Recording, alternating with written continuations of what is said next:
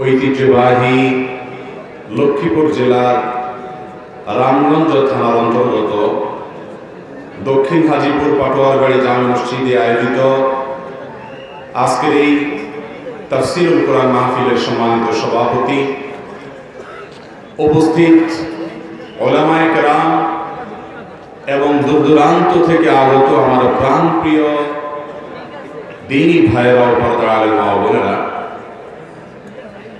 কোরআনে হাকিমের সূরাতুল ফুরকানের একটি আয়াত আমি তেলাওয়াত করেছি। সূরাতুল ফুরকানের 63 নম্বর আয়াত থেকে নিয়ে 77 নম্বর আয়াত পর্যন্ত এই কয়েকটি আয়াতকে সামনে রেখে এই আয়াতগুলোর সার নির্যাস আপনাদের সামনে পেশ করার চেষ্টা করব ইনশাআল্লাহ। এরপরে আপনাদের করা প্রশ্নগুলোর উত্তর আমরা যত অল্প সময় সম্ভব দেব। তারপরে ইনশাআল্লাহ আপনাদের সকলেরই প্রিয় হযরত মাওলানা শেখ আব্দুল হাই মোহাম্মদ সাইফুল্লাহ হাফিজাহুল্লাহ আলোচনা করবেন। সম্মানিত উপস্থিতি, আল্লাহ রাব্বুল আলামিন সূরা ফুরকানে বলেছেন, ওয়া ইবাদুর রহমানিল্লাযীনা ইয়ামশুনা আলাল আরদি হাওনা। রহমানের বান্দাগণের কিছু বৈশিষ্ট্য আছে, কিছু বিশেষ গুণ আছে। এই গুণ এবং বৈশিষ্ট্যগুলো যদি কোনো মানুষের মধ্যে থাকে তাহলে সেই ব্যক্তি রহমানের বান্দা, আল্লাহর বান্দা হিসেবে বিবেচিত হবে। আর এই গুণগুলো যদি কারোর মধ্যে না থাকে, এর বিপরীত গুণ থাকে, তাহলে সে শয়তানের বান্দা হিসেবে আল্লাহর কাছে বিবেচিত হবে। আমরা কি আল্লাহর বান্দা হতে চাই না শয়তানের বান্দা? আল্লাহর বান্দা হতে চাই। আল্লাহর বান্দা হওয়ার জন্য যা যা করা দরকার সে কাজগুলো করলেই যে আমরা স্বয়ংক্রিয়ভাবে আল্লাহর বান্দা হয়ে যাব, এমনটিও মনে করার কোনো কারণ নেই। আল্লাহর বান্দা হওয়ার জন্য যা যা করা দরকার সে কাজগুলো করার পরেও আল্লাহ যদি আমার সে বন্দিগি, আমার সে দাসত্ব, আমার সে গোলামি যদি গ্রহণ না করেন, তাহলে সেক্ষেত্রে আমি আল্লাহর বান্দা হতে পারব না। সূরাতুল ফুরকানের এই আয়াতগুলোতে আল্লাহ সুবহানাহু ওয়া তাআলা বলে দিয়েছেন বিশেষ কয়েকটি গুণ আছে, বৈশিষ্ট্য আছে। এই গুণগুলো যদি কোনো মানুষ অর্জন করতে পারেন তাহলে সেই মানুষকে আল্লাহ তাআলা নিজে পরিচয় করে দিচ্ছেন সে আমার বান্দা, রহমানের বান্দা। সেই গুণগুলো অর্জন করার চেষ্টা করা একজন আখিরাতে জান্নাত প্রত্যাশী মানুষের অন্যতম একটি বড় কাজ। সেই গুণগুলোর ভিতরে প্রথম গুণ সম্পর্কে বলতে গিয়ে আল্লাহ তাআলা বলছেন, আল্লাযীনা ইয়ামশুনা আলাল আরদি হাওনা।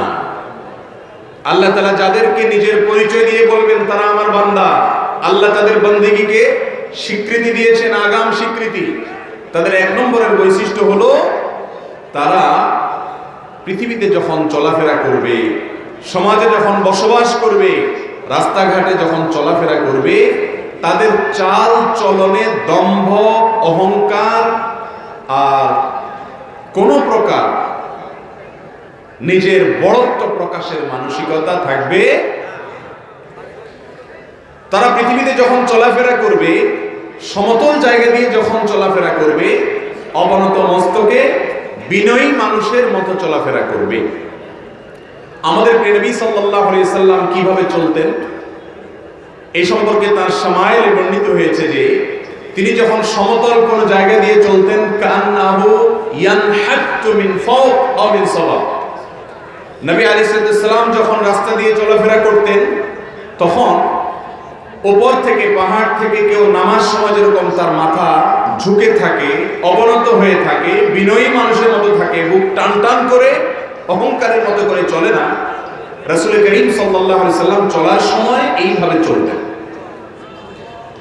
এখন কেউ যদি রাস্তাঘাটে খুব দম্ভভরে চলাফেরা করে, অহংকার প্রদর্শন করে, তার হাব ভাব দিয়ে তার ক্ষমতার জোর দেখায়, তার গায়ের জোর দেখায়, তার পয়সার জোর দেখায়, এসব যদি তার চলনে বলনে প্রকাশ পায়, তাহলে এই ব্যক্তি শয়তানের বান্দা, রহমানের বান্দা। রহমানের বান্দা হওয়ার জন্য এক নম্বরের এই বৈশিষ্ট্যটা অর্জন করতে হবে, বিনয় থাকতে হবে।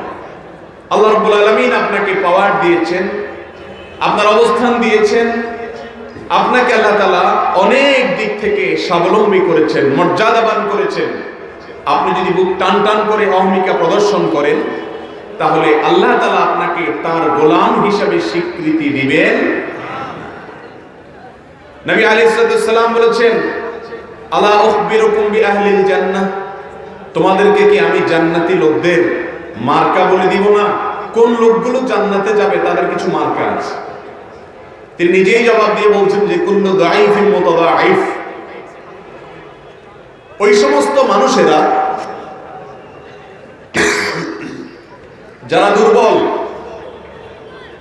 সমাজের মানুষরা তাদেরকে দুর্বল মনে করে, নিরীহ কিসিমের মানুষ, ব্যক্তিগত জীবনে তাওহীদ আছে, ইসলামের সমস্ত ফরজ বিধানগুলো মেনে চলে, আল্লাহর আদেশ নিষেধ অনুযায়ী চলে, আর তার চাল চলনে, আচার আচরণে, কাজে কারবারে সে এমন ভাবে চলে যে সমাজের মানুষ তাকে অমায়িক মানুষ হিসেবে স্বীকৃতি দেয়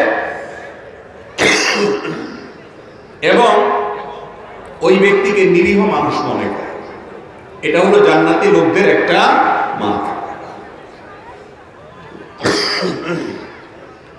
আর এর বিপরীতে জাহান্নামী লোকদের মার্কা হলো তারা দম্ভ ভরে চলে, দাপট দেখায় চলে, গায়ের জোর জাহির করে, সবাইকে দমায় রাখতে চায়, তার কথাই সবার উপরে রাখতে চায়।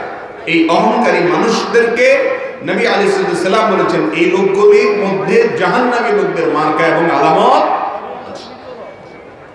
আল্লাহ তাআলা আমাদের সবাইকে বিনয়ী মানুষদের কাতারে শামিল হওয়ার তৌফিক দান করুন। তাহলে এক নম্বরে রহমানের বান্দাদের বৈশিষ্ট্য হলো পৃথিবীতে চলাচল করার সময়, হাঁটার সময় অহংকার প্রকাশ করবে, বিনয়ের প্রকাশ করবে। নাম্বার 2, দ্বিতীয় বৈশিষ্ট্যটা প্রথমটার সাথে সংশ্লিষ্ট। তার কারণ হলো এই দুনিয়াতে যে লোক নরম হয়ে চলে, নিরীহ হয়ে থাকে, অহংকার করে না, বিনয়ী হয়ে চলে, সমাজের মানুষ তাকে খুব শ্রদ্ধা করে না তাকে পাত্তা দেয় না? শুধু পাত্তা না দেওয়া, বাংলায় একটা কথা আছে, ভালো মানুষের ভাত নাই। ভালো মানুষের শুধু ভাত নাই বললে ভুল হবে। ভালো মানুষের ভাত তো নাই নাই, সামনে রুটি থাকলে ওইটাও সবাই খাবে। তুমি ভালো কেন হইলা? ভাত তো নাই, রুটিও দেব না। এ হলো ভালো মানুষের অবস্থা। আল্লাহ রাব্বুল আলামিন বলেছেন, রহমানের বান্দা হতে হলে ভালো মানুষ হতে হবে, অমায়িক মানুষ হতে হবে, বিনয়ী মানুষ হতে হবে, অহংকার করা যাবে না। বিশেষ করে আমার যুবক ভাইয়েরা, আপনাদেরকে বলছি, যখন 3-4 জন বন্ধু মিলে মোটরসাইকেল বা বাইক নিয়ে রাস্তায় চলাফেরা করেন, পেছন থেকে যতই হর্ন বাজাক প্রাইভেট কার, বাস আলা, সাইড দিতে চান না, ঠিক না ঠিক? একা যখন চান তখন রিকশাওয়ালা বেল বাজাইলেও সাইড দিয়ে দেন। আর যখন বন্ধু বান্ধব সাথে 8-10 জন থাকে তখন কি হনুর একটা ভাব চলে আসে, কি আসে না? এর নাম হলো অহংকার। এর নাম কি? অহংকার। হোটেলে যখন বসেন, একা একা চার অর্ডার দিলে, একা একা থাকলে মেসিয়ারে বলেন, ভাই 1 কাপ চা দেন। আর 4-5 বন্ধু মিলে বসলে শরীরটা একটু গরম গরম মনে হয়, তখন আর এটা বলেন না যে 1 কাপ চা, তখন এই বেটা জানিয়ে মানুষ চোখে দেখোস না, কথা মনে হচ্ছে বলেছি। এরকম মোড়ে যুবকরা কথা বলেন কি বলেন না? ও যুবক ভাই আমার, যে আল্লাহ আপনাকে এই যৌবনের শক্তি দিয়েছেন, ওই আল্লাহ রাব্বুল আলামিন আপনাকে একদিন দুর্বল করবে কি করবে না? এই জন্য জান্নাতি লোক কখনো অহংকার করতে পারে না। বাসে যখন একা একা যুবক যায়, কন্ডাক্টর বেচারা যা বলে তা শুনে, মনে হয় যে ভাজা মাছটা উল্টে গেতে যায়। বন্ধু বান্ধব 8-10টা মিলে উঠলে আর মানুষকে মানুষ মনে করে না। এই রোগগুলো কি আমাদের মধ্যে আছে না নাই ভাই? আল্লাহ তাআলা একটু পয়সা করে দিলে, একটু পাওয়ার ক্ষমতা দিলে, একটু গায়ে জোর টোর আসলে আর কাউকে আমরা মানুষ মনে করতে রাজি। রাসূল করিম সাল্লাল্লাহু আলাইহি ওয়াসাল্লাম এর সাহাবীরা একবার দেখলেন একটা কুস্তি চলছে। কুস্তিতে এক লোক তার প্রতিপক্ষকে বারবার ঘায়েল করে ফেলছে, হারায় দিচ্ছে। তখন সাহাবা একরাম বললেন যে মাশাআল্লাহ, কত বড় বীর, মারাত্মক বাহাদুর মানুষ। নবী সাল্লাল্লাহু আলাইহি ওয়াসাল্লাম বলেছেন, বুখারীর হাদিসে বর্ণিত হয়েছে, তোমাদেরকে কি আমি বলে দিব না, আলা আদুল্লুকুম আলা মান হুয়া আশাদ্দু মিনকা, আমি তোমাদেরকে বলবো না যে এর চাইতে বড় বীর কে? বলে রাসূলুল্লাহ অবশ্যই বলেন কে? তখন বলেছেন, যা কারোর উপরে রাগ হয়েছে, তার ক্ষমতা আছে রাগ দেখানো, কিন্তু সে হজম করে ফেলেছে রাগটাকে, অহংকার করে নাই, এই ব্যক্তি হলো আসল বীর। আর রাগ উঠলেই ঝেড়ে দেয়, ছেড়ে দেয়, ধরে রাখতে পারে না, এ হলো ডায়রিয়ার রোগীর মতো আউট অফ কন্ট্রোল। একে সমাজের মানুষ মনে করে অনেক বাহাদুর, ও আসলে রোগী। যুবক ভাইরা আমার, রোগী হবেন না সুস্থ হবেন? সুস্থ হতে হলে কখনো অহংকার করবেন না। কখনো অহংকার, কিসের অহংকার? কার সাথে অহংকার? 5 থেকে 7 বার যদি টানা ডায়রিয়া হয়, বিছানা থেকে নড়তেও পারেন না, সে মানুষের আবার অহংকার করা সাজে? আল্লাহ তাআলা আমাদেরকে বিনয়ী হওয়ার তৌফিক দান করুন। এটা এখন সোনার হরিণ হয়ে গেছে ভাই। ওয়াজ করা অনেক সহজ, ভেতর থেকে নিজেকে ছোট মনে করা, বিনয়ী হওয়া, বিনম্র হওয়া, ভালো মানুষ হয়ে চলা, এটা বড় কঠিন একটি বিষয়। আল্লাহ তাআলা আমাদের সবাইকে গুণটি অর্জন করার তৌফিক দান করুন। তো যেই কথাটি বলছিলাম, আপনি রহমানের বান্দা হতে গিয়া, আল্লাহর খাঁটি বান্দা হতে গিয়া যখন বিনয়ী হবেন, নরম হবেন, ভালো মানুষ হবেন, তখন আপনার ভাত তো থাকবে না, রুটিও থাকবে না, আপনার ঘাড়ের উপরে এসে সবাই বসবে। ঠিক না ভাই? ঠিক। তখন আপনার জন্য দ্বিতীয় প্রশ্ন, দ্বিতীয় অ্যাসিড টেস্ট, সেটা কি? আপনি এবার কি করেন? আল্লাহ রাব্বুল আলামিন সেই জন্য দ্বিতীয় বৈশিষ্ট্য বলেছেন, ওয়াইদা খাতাবাহুমুল জাহিলুনা ক্বালু সালামা। রহমানের বান্দাদের বৈশিষ্ট্য হলো তারা বিনয়ী হয়ে দুনিয়াতে থাকে, আর বিনয়ী হয়ে চলতে গিয়ে দুনিয়াতে বহু মানুষের তুচ্ছ তাচ্ছিল্য, হেয় প্রতিপন্ন করা, ওই যে ভাত রুটি সব সরায় নেওয়া, ষড়যন্ত্র করা, শত্রুতা করা, তার ক্ষতি করা, এগুলোর পেছনে মানুষ লেগে যাবে। যখন সেই কাজগুলো মানুষ করবে, তখন সে তাদের সাথে পাল্টা জবাব দিবে না, বরং মূর্খ, ঝগড়াতে, ফিতনাবাজ এবং দুষ্ট লোকদের দুষ্টামির বিপরীতে সে বলবে সালামা, অর্থাৎ এড়িয়ে যাবে, সেগুলোকে অ্যাভয়েড করে চলবে এবং খারাপ মানুষদেরকে কখনো প্রশ্রয় দিবে না এবং তাদের কথার জবাব দিতে যাবে। এটা হলো রহমানের বান্দাদের দ্বিতীয় বৈশিষ্ট্য। আজকাল তো আমাদের অবস্থা এমন, কেউ আমাদেরকে একটা কথা বলবে আর পার পেয়ে যাবে, এটা কোনোদিনই সম্ভব।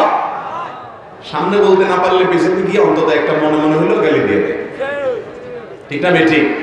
যে তোর সামনে বলতে পারলাম না, তো পিছনে এসে একা একা একটা গালি দিয়ে দেয়, মনের ঝাল মিঠায় না। রহমানের বান্দার বৈশিষ্ট্য এটা না। ওয়াইদা খাতাবাহুমুল জাহিলুন ক্বালু সালামা। মূর্খ লোকেরা, ঝগড়াটে লোকেরা যখন ঝগড়া করতে আসবে, দেখবেন এই লোক ব্যাকল মানুষ, এর সাথে ঝগড়া করে কোনো লাভ হবে না, সে বুঝবে না, তার সে বুদ্ধি নাই, বা সে অহংকারী, বেয়াদব, তাহলে সেক্ষেত্রে তাকে এড়িয়ে যেতে হবে, তার সাথে ঝগড়া করা যাবে। কেউ ঝগড়া করছে, আপনি ঝগড়া করবেন না, এটা আরেক কঠিন পরীক্ষা নাকি সহজ কাজ? আপনি কেউ ঝগড়া করলে যদি ঝগড়া না করেন, সবাই বলবে ব্যাপার কি, এর শরীরে মনে হয় রক্ত মাংস কিছু নাই, শয়তান ফুসলাবে। কিন্তু মাথা ঠান্ডা রেখে আল্লাহকে খুশি করার জন্য মূর্খ মানুষদের জবাবে কোনো কথা না বলে বিনয়ের সাথে এড়িয়ে যেতে হবে। এটা হলো রহমানের বান্দাদের দ্বিতীয় বৈশিষ্ট্য। নাম্বার 3, রহমানের বান্দাদের 3 নম্বর বৈশিষ্ট্য হলো ওয়াল্লাযীনা ইয়াবীতুনা লিরাব্বিহিম সুজদান ওয়া কিয়ামা, যারা রাতের বেলায় ভোর রাতে উঠে তাহাজ্জুদের নামাজ পড়ে, দাঁড়িয়ে যায় আল্লাহর প্রশংসা করার জন্য, সিজদায় লুটিয়ে যায় আল্লাহর নৈকট্য অর্জন করবার জন্য। এটা হলো আল্লাহর প্রিয় বান্দা, রহমানের বান্দাদের 3 নম্বর বৈশিষ্ট্য। কোন এক সালাফ বলেছেন, যে লোক ভোর রাতে উঠে বা তাহাজ্জুদের নামাজ আদায় করে না, এই লোক মুত্তাকি হতেই পারে না। মুত্তাকির জন্য তাহাজ্জুদের নামাজটা অবশ্যম্ভাবী বিষয়। আল্লাহর প্রিয় বান্দা হতে হলে, নেককার হতে হলে, আল্লাহর ওলি হতে হলে, ভালো মানুষ হতে হলে তাহাজ্জুদের কোনো বিকল্প নাই। আজকাল আমাদের তাহাজ্জুদ তো দূরের কথা, অনেক ভালো ভালো প্র্যাকটিসিং মুসলিম ভাইয়েরা আমরা ফজর নামাজও পড়তে, ঠিক না ঠিক? এর কারণ হলো রাতে এশার পরে আমাদের 12টা-1টা পর্যন্ত মোবাইলে আমরা ব্যস্ত থাকি, মোবাইলের মোনাজাতে থাকি। মোবাইলের মোনাজাত দেখতে দেখতে দেখতে মোবাইল ঘুমের চোটে যদি মুখের উপরে ভেঙে পড়ে, তারপরে মোবাইলটা রাখি। শহর কি গ্রাম সর্বত্র রাত 12টা-1টা যদি শুন আপনি, তাহাজ্জুদ তো দূরের কথা, ফজর নামাজের সময় আপনার ঘুম ভাঙার কথা। এই যে ওয়াজ করছি আমরা রাত জেগে, এটাও তো সুন্নাহ বিরোধী কাজ। রাসূল করিম সাল্লাল্লাহু আলাইহি সাল্লাম এশার পরে কথা বলা পছন্দ করতেন না। দ্বীনের কথা, ইসলামের কথাও আগে আগে বলে শেষ করতে হবে। এশার নামাজের পর শুয়ে যেতে হবে। স্বামী স্ত্রীর কথোপকথন ছাড়া এশার পরে আর কোনো কথা প্রশংসনীয়। কিন্তু আমাদের দেশে ওয়াজ মাহফিল জমেই এশার পরে, শুধু ওয়াজ মাহফিল। টেলিভিশন প্রোগ্রাম বলেন, বাসা বাড়িতে যে সমস্ত টকশো গুলো হয় আমাদের ড্রয়িং রুমে, টেলিভিশনের রুমে, এই সব জমে কখন? এশারের পরে। ভাইরা আমার, আল্লাহ তাআলার প্রিয় বান্দা হওয়ার জন্য তাহাজ্জুদের নামাজের কোনো বিকল্প নেই। যে ব্যক্তি তাহাজ্জুদের নামাজ পড়ে, আল্লাহ রাব্বুল আলামিনের সাথে তার একটা নিবিড় এবং গভীরতম সম্পর্ক তৈরি হয়।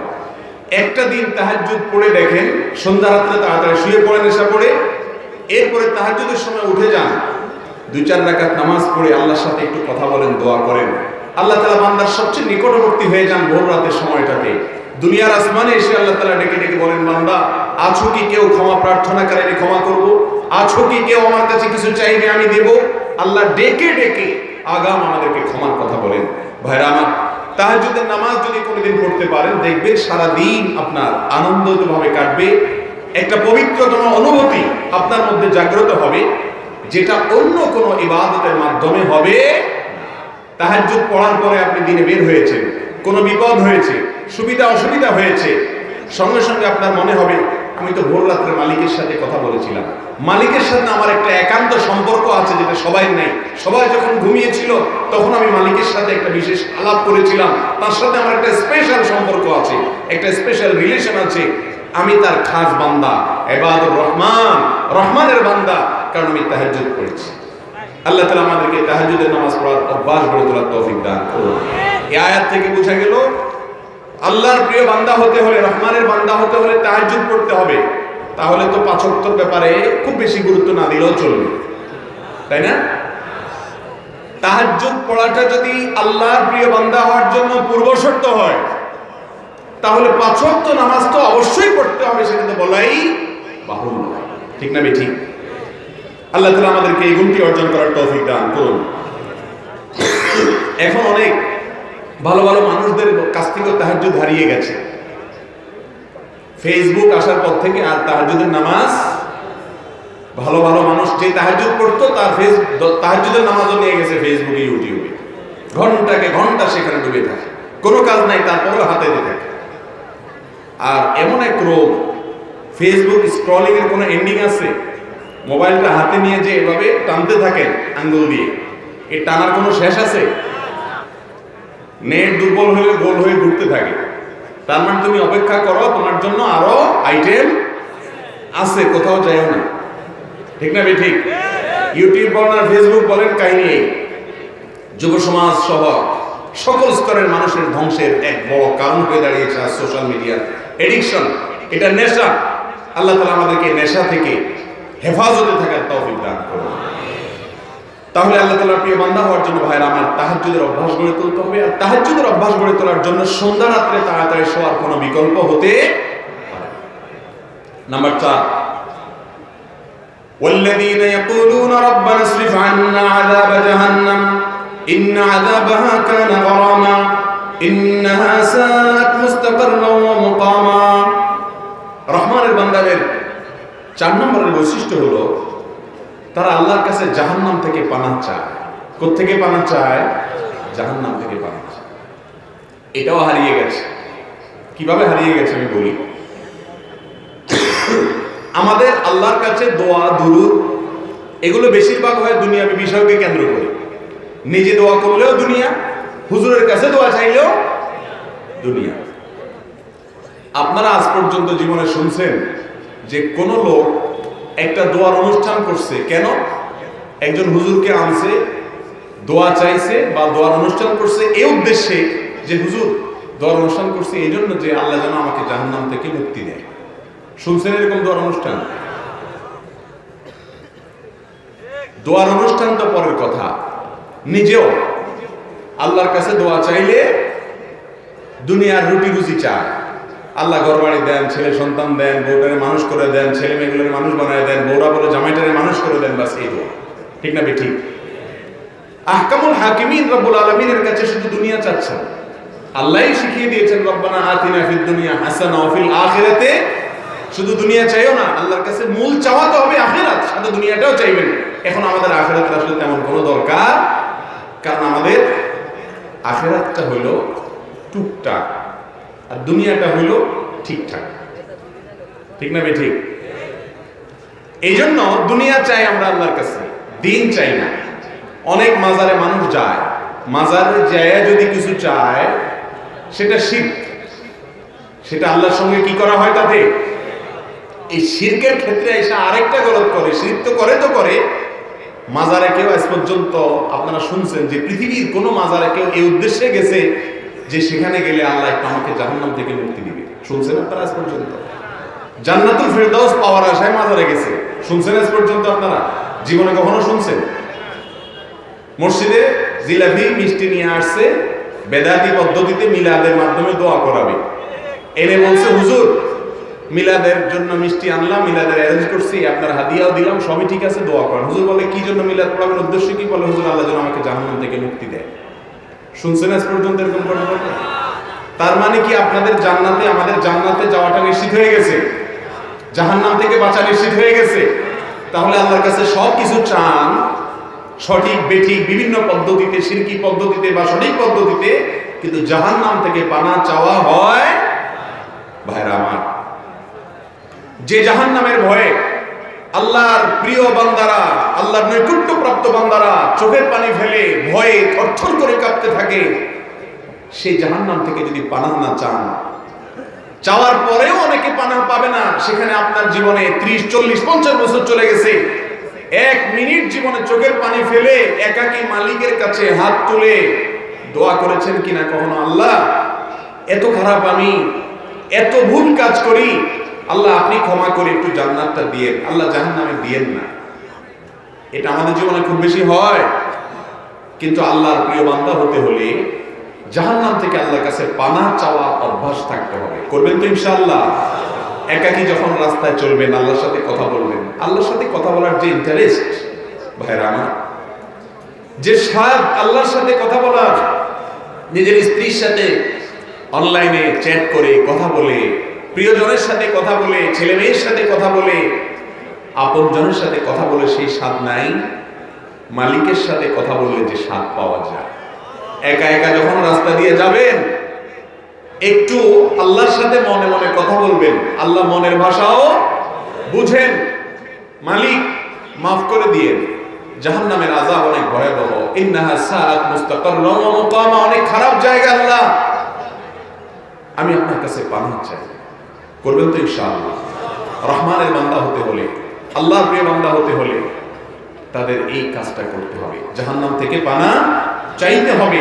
4 নম্বর কাজ। নাম্বার 5, والذين إذا أنفقوا لم يسرفوا ولم يقتروا وكان بين ذلك قواما।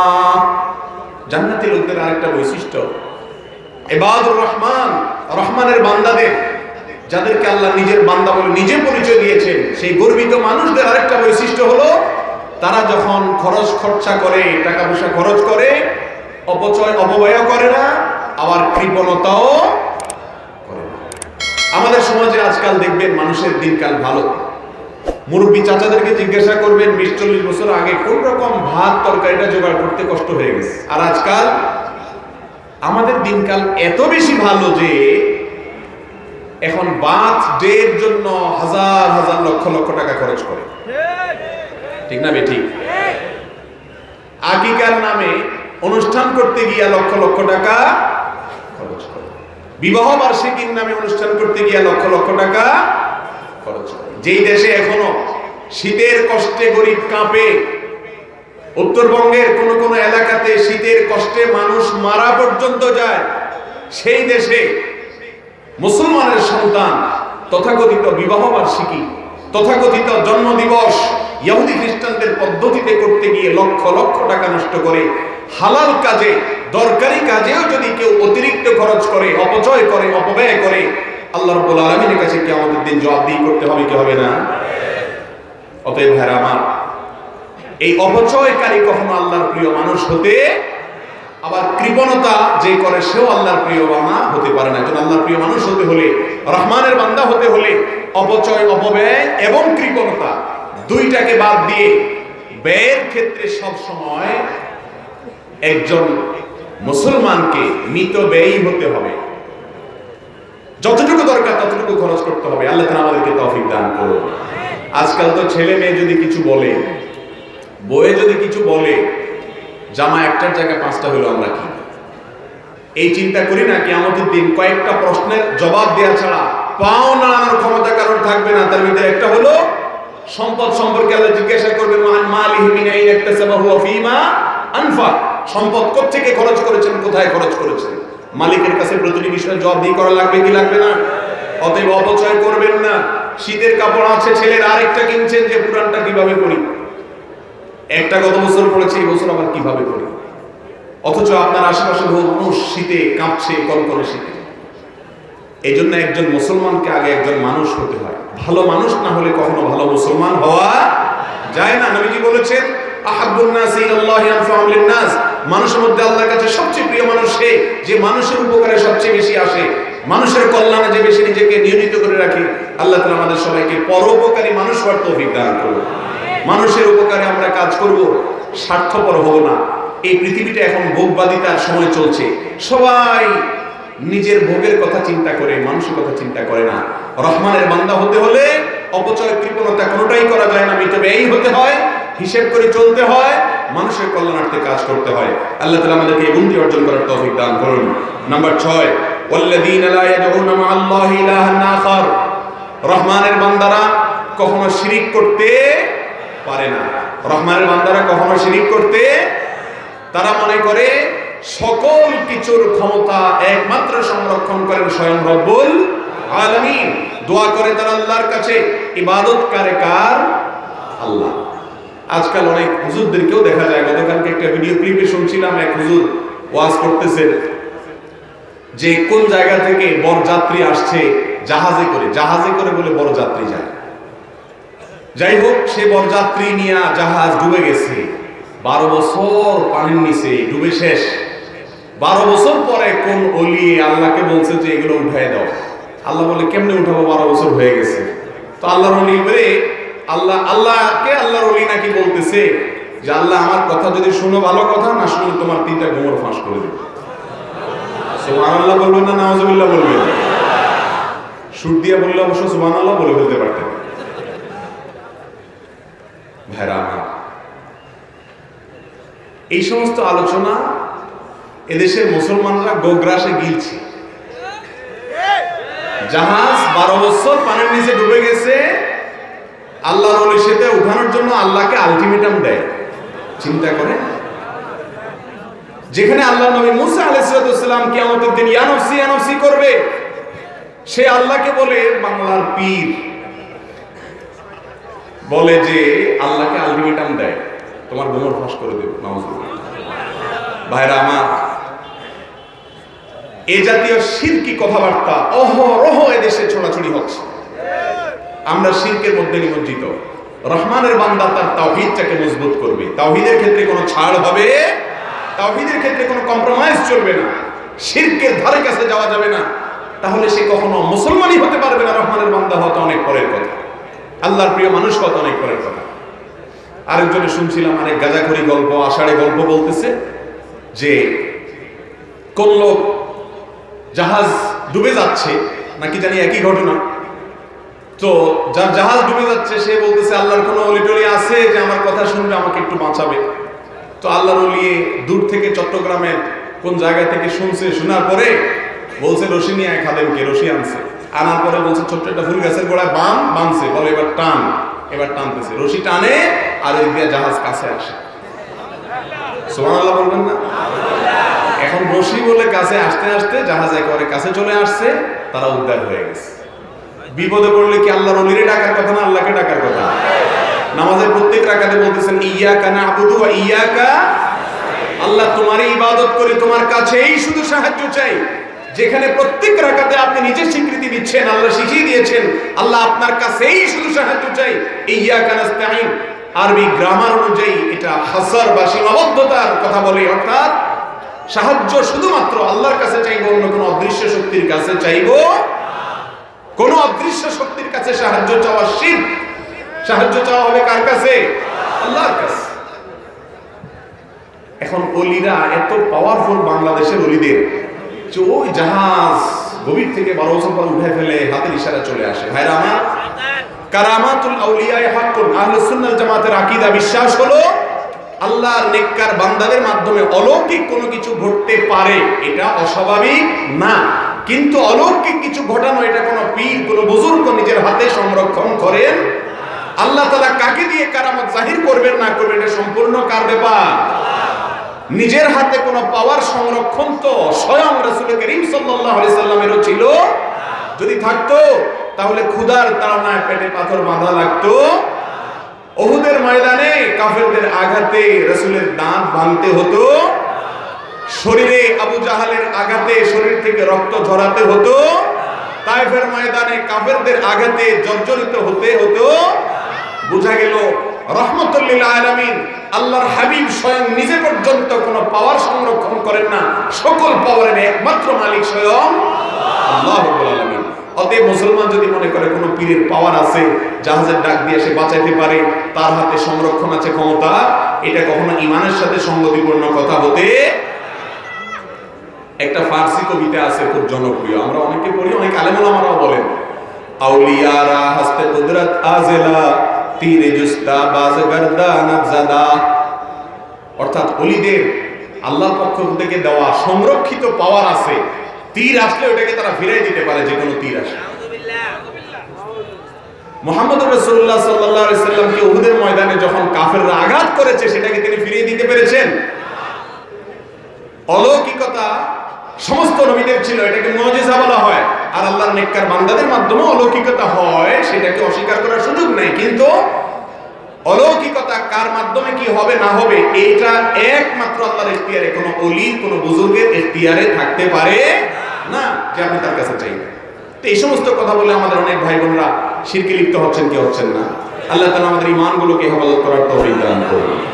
তো এই যে রহমানের বান্দার বৈশিষ্ট্য হলো আল্লাযীনা লা ইয়াদউনা মা আল্লাহি ইলাহান আখার, আল্লাহর কাছে চাইবো, সাথে অন্য কাউকে চাইবো না। আল্লাহ লাগে, ইল্লাহ লাগে। এটা কি শিরকি কথা না তাওহীদি কথা? বলে উপরে আল্লাহ, নিচে আপনি, বলে না? চেয়ারম্যান সাহেবকে, মেম্বার সাহেবকে পাম করতে দেওয়ার জন্য বলে চেয়ারম্যান সাহেব উপরে, আল্লাহ নিচে। তার মানে আল্লাহ আর আপনি দুজন মিলে আমার কাজটা করবেন। নাউজুবিল্লাহ। এটা কি ইমানদারের কথা? দুনিয়াতে ওসিলার প্রয়োজন হয়, আল্লাহই করাবেন, আল্লাহই যথেষ্ট। ওসিলা কাকে দিয়ে আল্লাহ কাজ নেবেন সেটা আল্লাহ ভালো জানেন।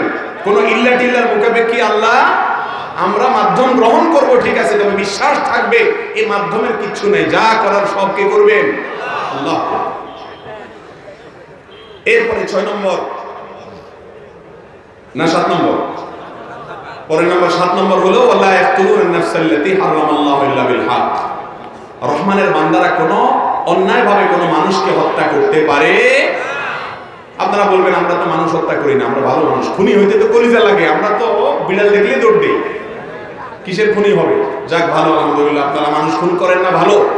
কিন্তু একটা মানুষ খুন এ যুগে ঘরে ঘরে মানুষ করে, সেটা হলো ভ্রূণ হত্যা। আছে না না এগুলা? 4 মাসের সন্তান, 5 মাসের সন্তান মাতৃগর্ভে টের পায় নাই, পরে টের পেয়ে গেছে, মেডিসিন দিয়ে নষ্ট করে ফেলে দিয়েছে। এটাও মানুষ খুন করা, এটাও মানুষ।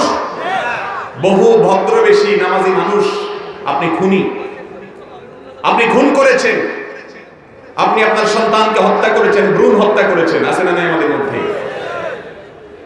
আপনার যদি কোনো সন্তান এখন এই মুহূর্তে জন্ম হলে সমস্যা হয়, আপনার স্ত্রী শারীরিকভাবে তিনি ফিট না, তিনি অসুস্থ, বা এমন কোনো জায়গায় আছেন এখন সন্তানকে মানুষ করতে পারছেন না, পারিপার্শ্বিক কোনো কারণে এই মুহূর্তে সন্তান দুনিয়াতে আসাটা আপনার জন্য সুবিধাজনক না, আপনি আগে থেকে জন্ম নিয়ন্ত্রণ করেন, এটা জায়েজ আছে শর্ত সাপেক্ষে। 1, স্থায়ীভাবে জন্ম নিয়ন্ত্রণ করবেন না, লাইগেশন করবেন না, অস্থায়ীভাবে করবেন। নাম্বার 2, রিজিকের অভাবে কি খাওয়াবো সেই চিন্তা করবেন না, কারণ আল্লাহ বলেছেন লা তাকতুলু আওলাদাকুম খাশিয়াতা ইমলাক, তোমরা তোমাদের সন্তানদেরকে রিজিকের ভয়ে হত্যা করো না।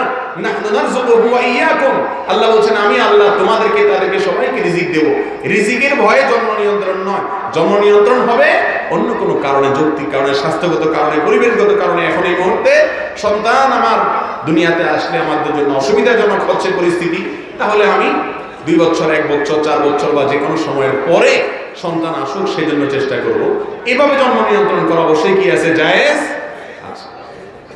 কিন্তু যারা ভ্রূণ হত্যা করেন, ভ্রূণ হত্যা তো দূরের কথা, আজকাল জীবিত সন্তানকে পর্যন্ত ফেলে চলে যাচ্ছে, আছে না নেই? অবৈধ সম্পর্কের প্রশিক্ষণ যারা দিয়ে থাকে, নাটক সিনেমার মাধ্যমে, নোবেলের মাধ্যমে, উপন্যাসের মাধ্যমে, তাদের এই সমস্ত কুশিক্ষায় শিক্ষিত অশিক্ষিত হয়ে অবৈধ সম্পর্ক করে বাচ্চা হয়ে গেলে ড্রেনে ফেলে যায়, আছে না নাই? এই সব খুনির কাতারে চলে যাবে। রহমানের বান্দারা কখনো মানুষ হত্যা করতে, অতএব ভ্রূণ হত্যা করা এটাও কি এক প্রকারের হত্যা। বাইরে আমার 7 নম্বর বৈশিষ্ট্য হলো রহমান বান্দারে তারা মানুষ হত্যা করে অন্যায় ভাবে। 8 নম্বর হলো ওয়ালা ইয়াজনু, জেনা করে না। এমন একটা অপরাধ জেনা, এটা থেকে পবিত্র, এটা থেকে পরিচ্ছন্ন মানুষ এই যুগে খুঁজে পাওয়া বড় কঠিন। আপনারা বলবেন কই আমরা তো জেনাটা না করি না, আপনি মানুষ খুঁজে পাচ্ছেন না, আমরা এতগুলো মানুষ আপনার পছন্দ হয় না? ভাইরা আমার, জেনার বিভিন্ন ধরন আছে। আজকাল প্রতিটা মোবাইলে বিশেষ করে স্মার্টফোন যদি থাকে, তাহলে প্রতিটা মোবাইলের মধ্যেই জেনার আইটেম বেশিরভাগ মোবাইলে আছে না নাই? ফেসবুকে, ইউটিউবে ওয়াজও শুনে, সাথে হারাম জিনিসও দেখে। এই রোগটা আমাদের মধ্যে আছে না নেই? রহমানের বান্দা হতে হলে, জান্নাতে যেতে হলে, আল্লাহর প্রিয় বান্দা হতে হলে, মানুষ হতে হলে নিজের বিরুদ্ধে সংগ্রাম করতে হবে। হারাম জিনিস দেখা যাবে। জেনাল আইন আন-নাজর, নবীজি বলেছেন চোখের জেনা হলো দেখা। আগে তো সিনেমা হলে গিয়ে দেখতে হতো, এই জন্য হুজুররা বা টুপি মাথায় দিয়া মনে চাইলেও যাইতে পারতো না, ঠিক না বেঠিক? শয়তান বলে আমার দলে লোক কম হয়ে যাচ্ছে, সবাইকে নেওয়া যায় না, মুরব্বীরা যেতে চায় না, যে সে যায় না সিনেমাতে, মুসিবত। এই জন্য শয়তান সিনেমা বলে দিছে মোবাইলের মধ্যে, যে কষ্ট করে আর টিকিট খরচ করে সিনেমা দেখার দরকার নাই, তোমার পকেটে সিনেমা দিয়ে দিছি, সারাদিন দেখো আর জাহান্নামে যাও, দেখো আর জাহান্নাম নিশ্চিত করো, টিকিট বুকিং দাও, ঠিক না বেঠিক? আল্লাহ তাআলা আমাদেরকে এই অপরাধ থেকে বেঁচে থাকার তৌফিক দান করুন। এটা অনেক কঠিন কাজ, এই সংগ্রাম অনেক কঠিন। নিজের মোবাইলকে হারাম থেকে পরিচ্ছন্ন রাখা, হারাম কোনো কিছু না দেখা অনলাইনে অফলাইনে, এটা ঈমানের পরিচয় দিতে হয়। এরকম ঈমানদার মানুষ বড় কঠিন। নামাজি রোজাদার পাবেন, কিন্তু লুকিয়ে লুকিয়ে একাকিও হারাম জিনিস দেখে না এমন মানুষ পাওয়া আজ বড়, এটা মহামারী হয়ে গেছে। এটা থেকে চাইলেও বাঁচতে পারে, একা একা কেউ দেখে না, শয়তান ফুসলা একটু দেখে নেয়। এই রোগটা আমাদের মধ্যে আছে না নাই? আল্লাহ তাআলা আমাদের সবাইকে হেফাজত করুন। রহমানের বান্দাদের 8 নম্বরের বৈশিষ্ট্য হলো তারা জিনা করে না। 9 নম্বরের বৈশিষ্ট্য হলো তারা তওবা করে। যদি কখনো অপরাধ হয়ে যায় সঙ্গে সঙ্গে অস্থির হয়ে যায়। অনেক মানুষ আছে যারা অপরাধ করার পর গুনাহ করে ফেলেছেন, কিন্তু গুনাহ করে শেষ করার পর যখন সম্বিত ফিরে আসে, চৈতন্য ফিরে আসে, তখন তিনি আফসোস করেন এবং মনে মনে আল্লাহর কাছে লজ্জিত হন, ক্ষমা চাইতে থাকেন, নিজেকে ভৎসনা করেন। এই ব্যক্তিদের নফসকে বলা হয় নফসে লাওয়ামা, যার প্রবৃত্তি তাকে ভৎসনা করে, কেন তুমি এই ছোট কাজটা করলে, কেন হারাম কাজটা করলে, আল্লাহকে নাকশ করলা। এরকম নিজের ভেতরে যদি অপরাধের অদৃশ্য দাহন নিজেকে জ্বালাতে থাকে এবং ভয়ে আল্লাহর কাছে তওবা করেন, এই তওবার গুণটা যাদের মধ্যে থাকবে, অন্যায় হলে সাথে সাথে মাপ চেয়ে আল্লাহর কাছে ক্ষমা চেয়ে আল্লাহর কাছে ফিরে যাওয়া, এই গুণটা হলো রহমানের বান্দাদের 9 নম্বরের গুণ। আর 10 নম্বর হলো ওয়াল্লাযীনা লা ইয়াশহাদুনা যুর, যারা মিথ্যা সাক্ষ্য দেয় না। রহমানের বান্দারা মিথ্যা সাক্ষ্য, আপনারা বলবেন ভাই কি বলেন না বলেন, মিথ্যা সাক্ষ্য আমরা কোত্থেকে দেব, আদালতে জীবনেই যাই না, মিথ্যা সাক্ষ্য দেবে কেমন? আমরা তো রহমানের বান্দা এমনি হয়ে রয়েছে। আমি দেখাই কিভাবে মিথ্যা সাক্ষ্য দেন বা আমরা দেই। একজন দোকানদার তার একজন কাস্টমারের সাথে জিজ্ঞেস করছে, ভাই এই মালটা ভালো হবে?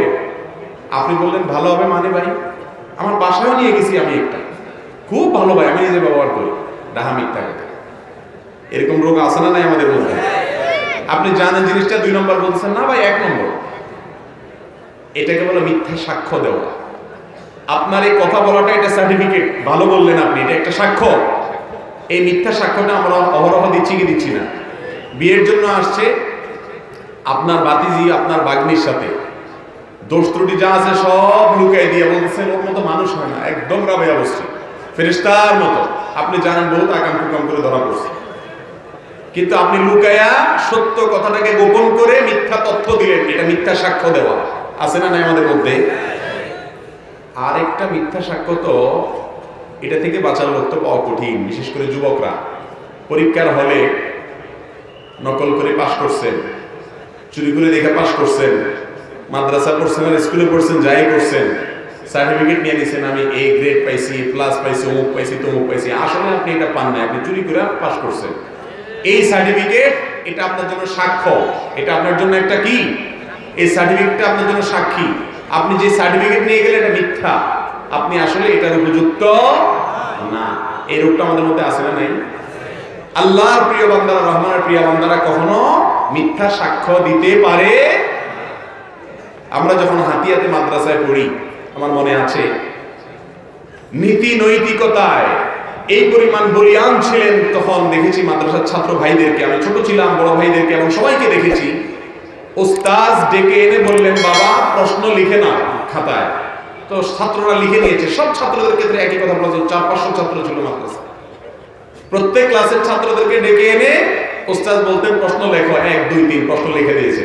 এবার বলেন যাও রুমে যে 3 ঘন্টা সময়, 4 ঘন্টা সময় আছে, এর মধ্যে উত্তর লিখে নিয়ে আসো। ছাত্ররা গিয়ে রুম থেকে উত্তর লিখে নিয়ে আসছে। কেউ কিতাব খোলে, বই খুলে কেউ দেখে নেই। এগুলো তো এখন রূপকথার গল্পের মতো মনে হবে, তাই না? এত মনিটরিং পরেও নকল তো নকল, চুরির উপরে সিনাজুরি থাকলে সেটাও হয়, ঠিক না বে ঠিক? নীতি নৈতিকতা হারিয়ে গেছে। রহমানের বান্দা হতে হলে মিথ্যা সাক্ষ্য দেওয়া যাবে। আল্লাহ তাআলা আমাদেরকে মিথ্যা থেকে বেঁচে থাকার তৌফিক দান করুন।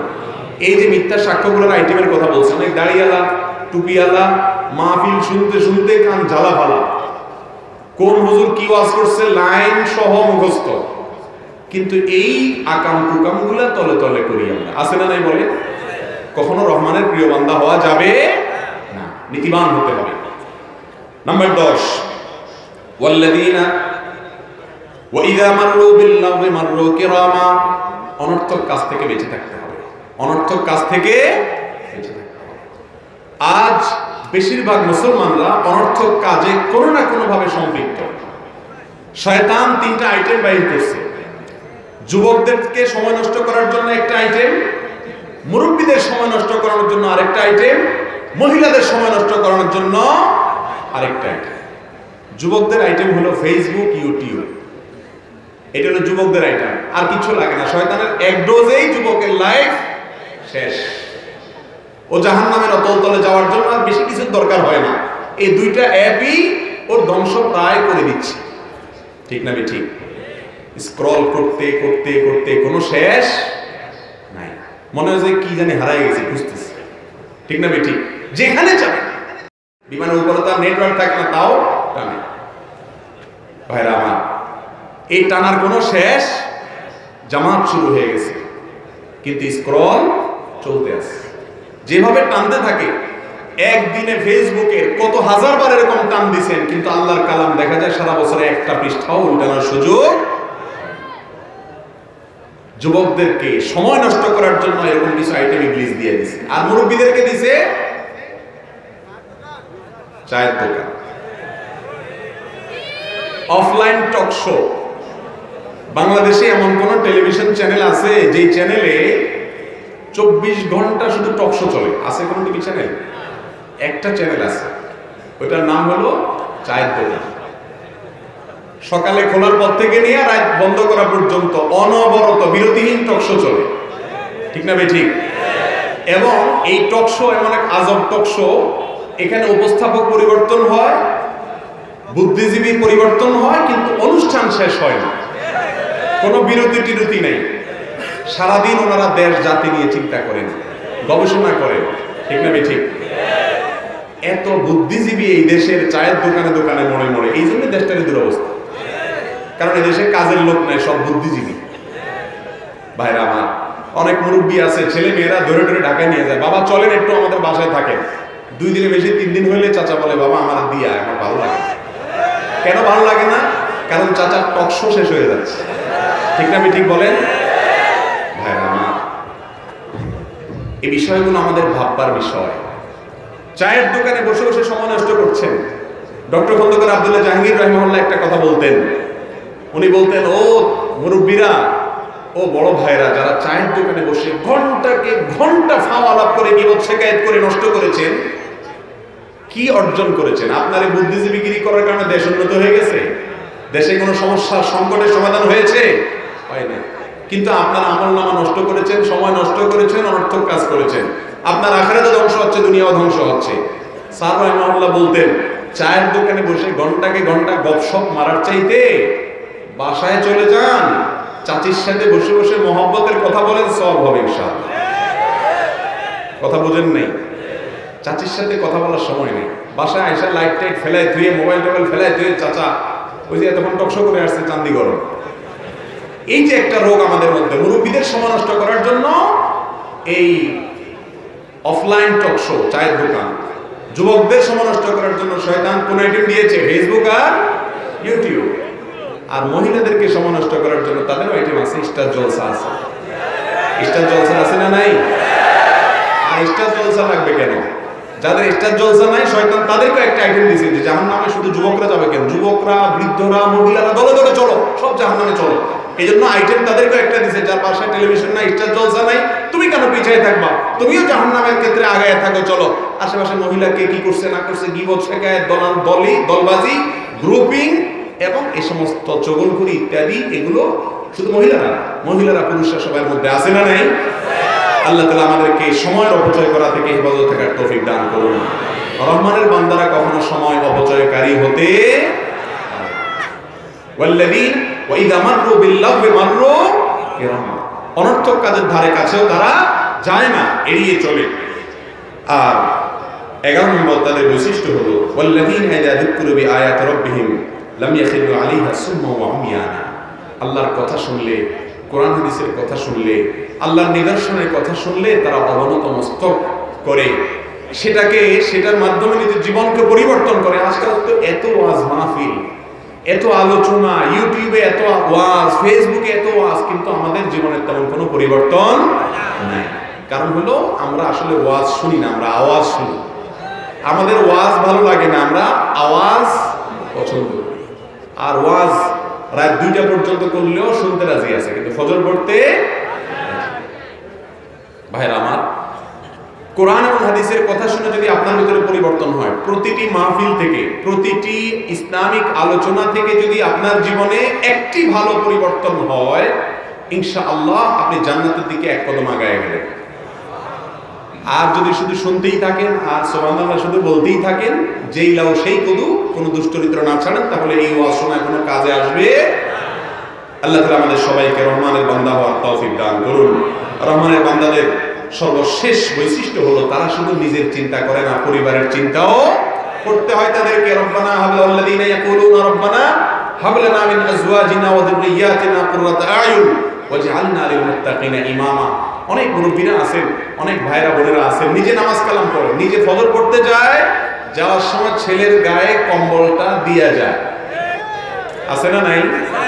এর মানে হলো ফজর পড়লে তো সে জান্নাতে যাবে ইনশাআল্লাহ। এর মানে হলো বাবা আমি জান্নাতে যাচ্ছি, তুই যা জাহান্নামে যা, তোরে কম্বল দিয়ে দিলাম, তুই জাহান্নামে যা। ব্যাপারটা এরকম দাঁড়াবে না? আপনার যদি বিশ্বাস হয় আল্লাহর ইবাদত, আল্লাহর ফরজ নির্দেশ না মানলে জাহান্নামে যেতে হবে, তাহলে আপনি কম্বল কিভাবে দিয়ে যান? ঠিক না ঠিক? মা নিজে উঠে ফজর নামাজ পড়তেছে, নিজে বোরকা পড়তেছে, আর নিজের যুবতী মেয়েটা বেপরদায় চলছে, অন্য ছেলেদের সাথে হারাম সম্পর্কে লিপ্ত আছে, আর মা বাবা উল্টা বলে, নিজের নামাজ কালাম পড়ে আর বলে যে ওরা এই বয়সে একটু একটু। এই রোগটা আমাদের মধ্যে আছে না নাই?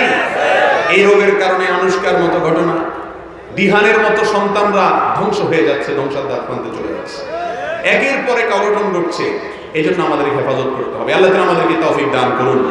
জান্নাতি মানুষরা শুধু নিজে জাহান্নাম থেকে বাঁচার চেষ্টা করবে না, পরিবারকে সহ জাহান্নাম থেকে বাঁচার চেষ্টা করবে। অনেকে বলে যে ছেলেকে বলি কথা শুনে না, মেয়েকে বলি কথা শুনে না। আমি বলি আপনার ঘরে যদি আগুন লাগে, আপনার ছেলে শুয়ে থাকে, আপনি কি বলবেন?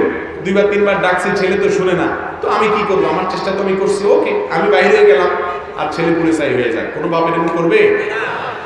কথা শুনে না মানে কোলে করে নিয়ে হলেও ওরে বাইরে নিয়ে ফেলবে, ঠিক না ঠিক? কারণ ওকে আগুন থেকে বাঁচাতে হবে।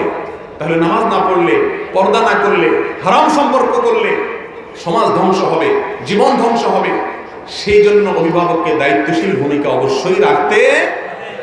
আজ আমাদের দেশে যে কিশোর গ্যাং দেখতে পাচ্ছি, অপরাধের প্রবণতা দেখতে পাচ্ছি বাচ্চাদের মধ্যে পর্যন্ত, এখান থেকে উত্তরণের সবচেয়ে বড় এবং সহজ পথ হলো পরিবার থেকে ধর্মীয় শিক্ষা, ইসলামী শিক্ষা দেওয়া। আজকাল বাপ মা ছেলে মেয়েরা ইংরেজি বললে অনেক খুশি, মাশাআল্লাহ, ভালো কথা, ইংরেজি জানা দরকার আছে, মুসলমান সব জ্ঞান বিজ্ঞানে আগাইতে হবে, দোষের কিছু নেই। কিন্তু সন্তানকে আল্লাহর সঙ্গে পরিচিত করাচ্ছে আপনার বাবা মা, আপনাকে ইসলাম দিয়ে গেছে, আপনি আপনার সন্তানকে যদি দিয়ে না যান, পরবর্তী জেনারেশনের মধ্যে যদি গ্যাপ তৈরি হয়, কিয়ামতের দিন আল্লাহর কাছে আসামের কাজ পড়ে আপনাকে দাঁড়াতে।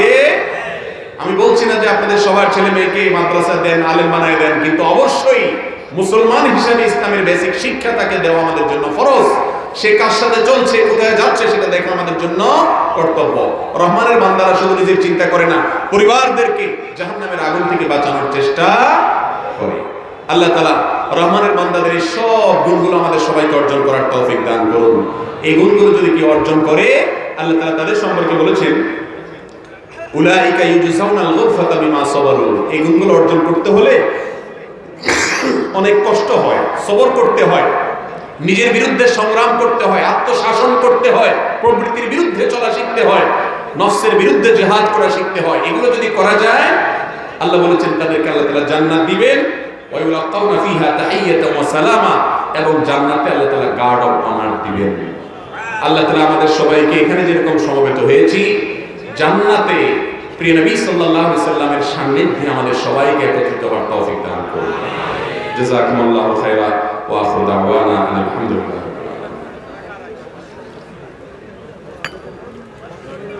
প্রিয় ভাইরা আমার, আপনাদের প্রশ্নগুলোর উত্তর যত অল্প সময় সম্ভব দেব, আমার সময় বোধহয় বেশি নাইও।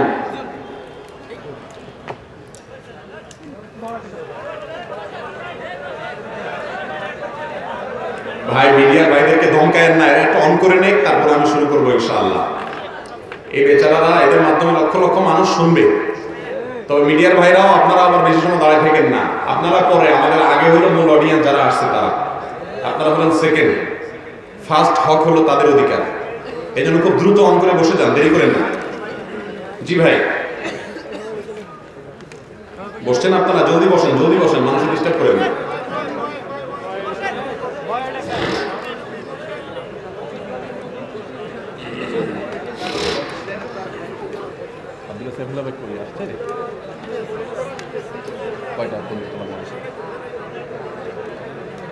আধা ঘন্টা আরো 7-8টা বন্ধ চলবে। দেখে নিতে পারবো, অসুবিধা নেই। আমি 10 মিনিটও পারবো, যেভাবে বলবো।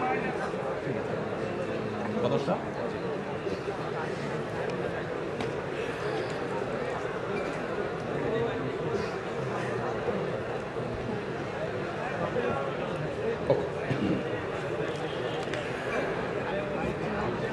জি ভাই, ক্যামেরাম্যান ভাইরা বসে যান, খুব দ্রুত বসে যান, দেরি করেন না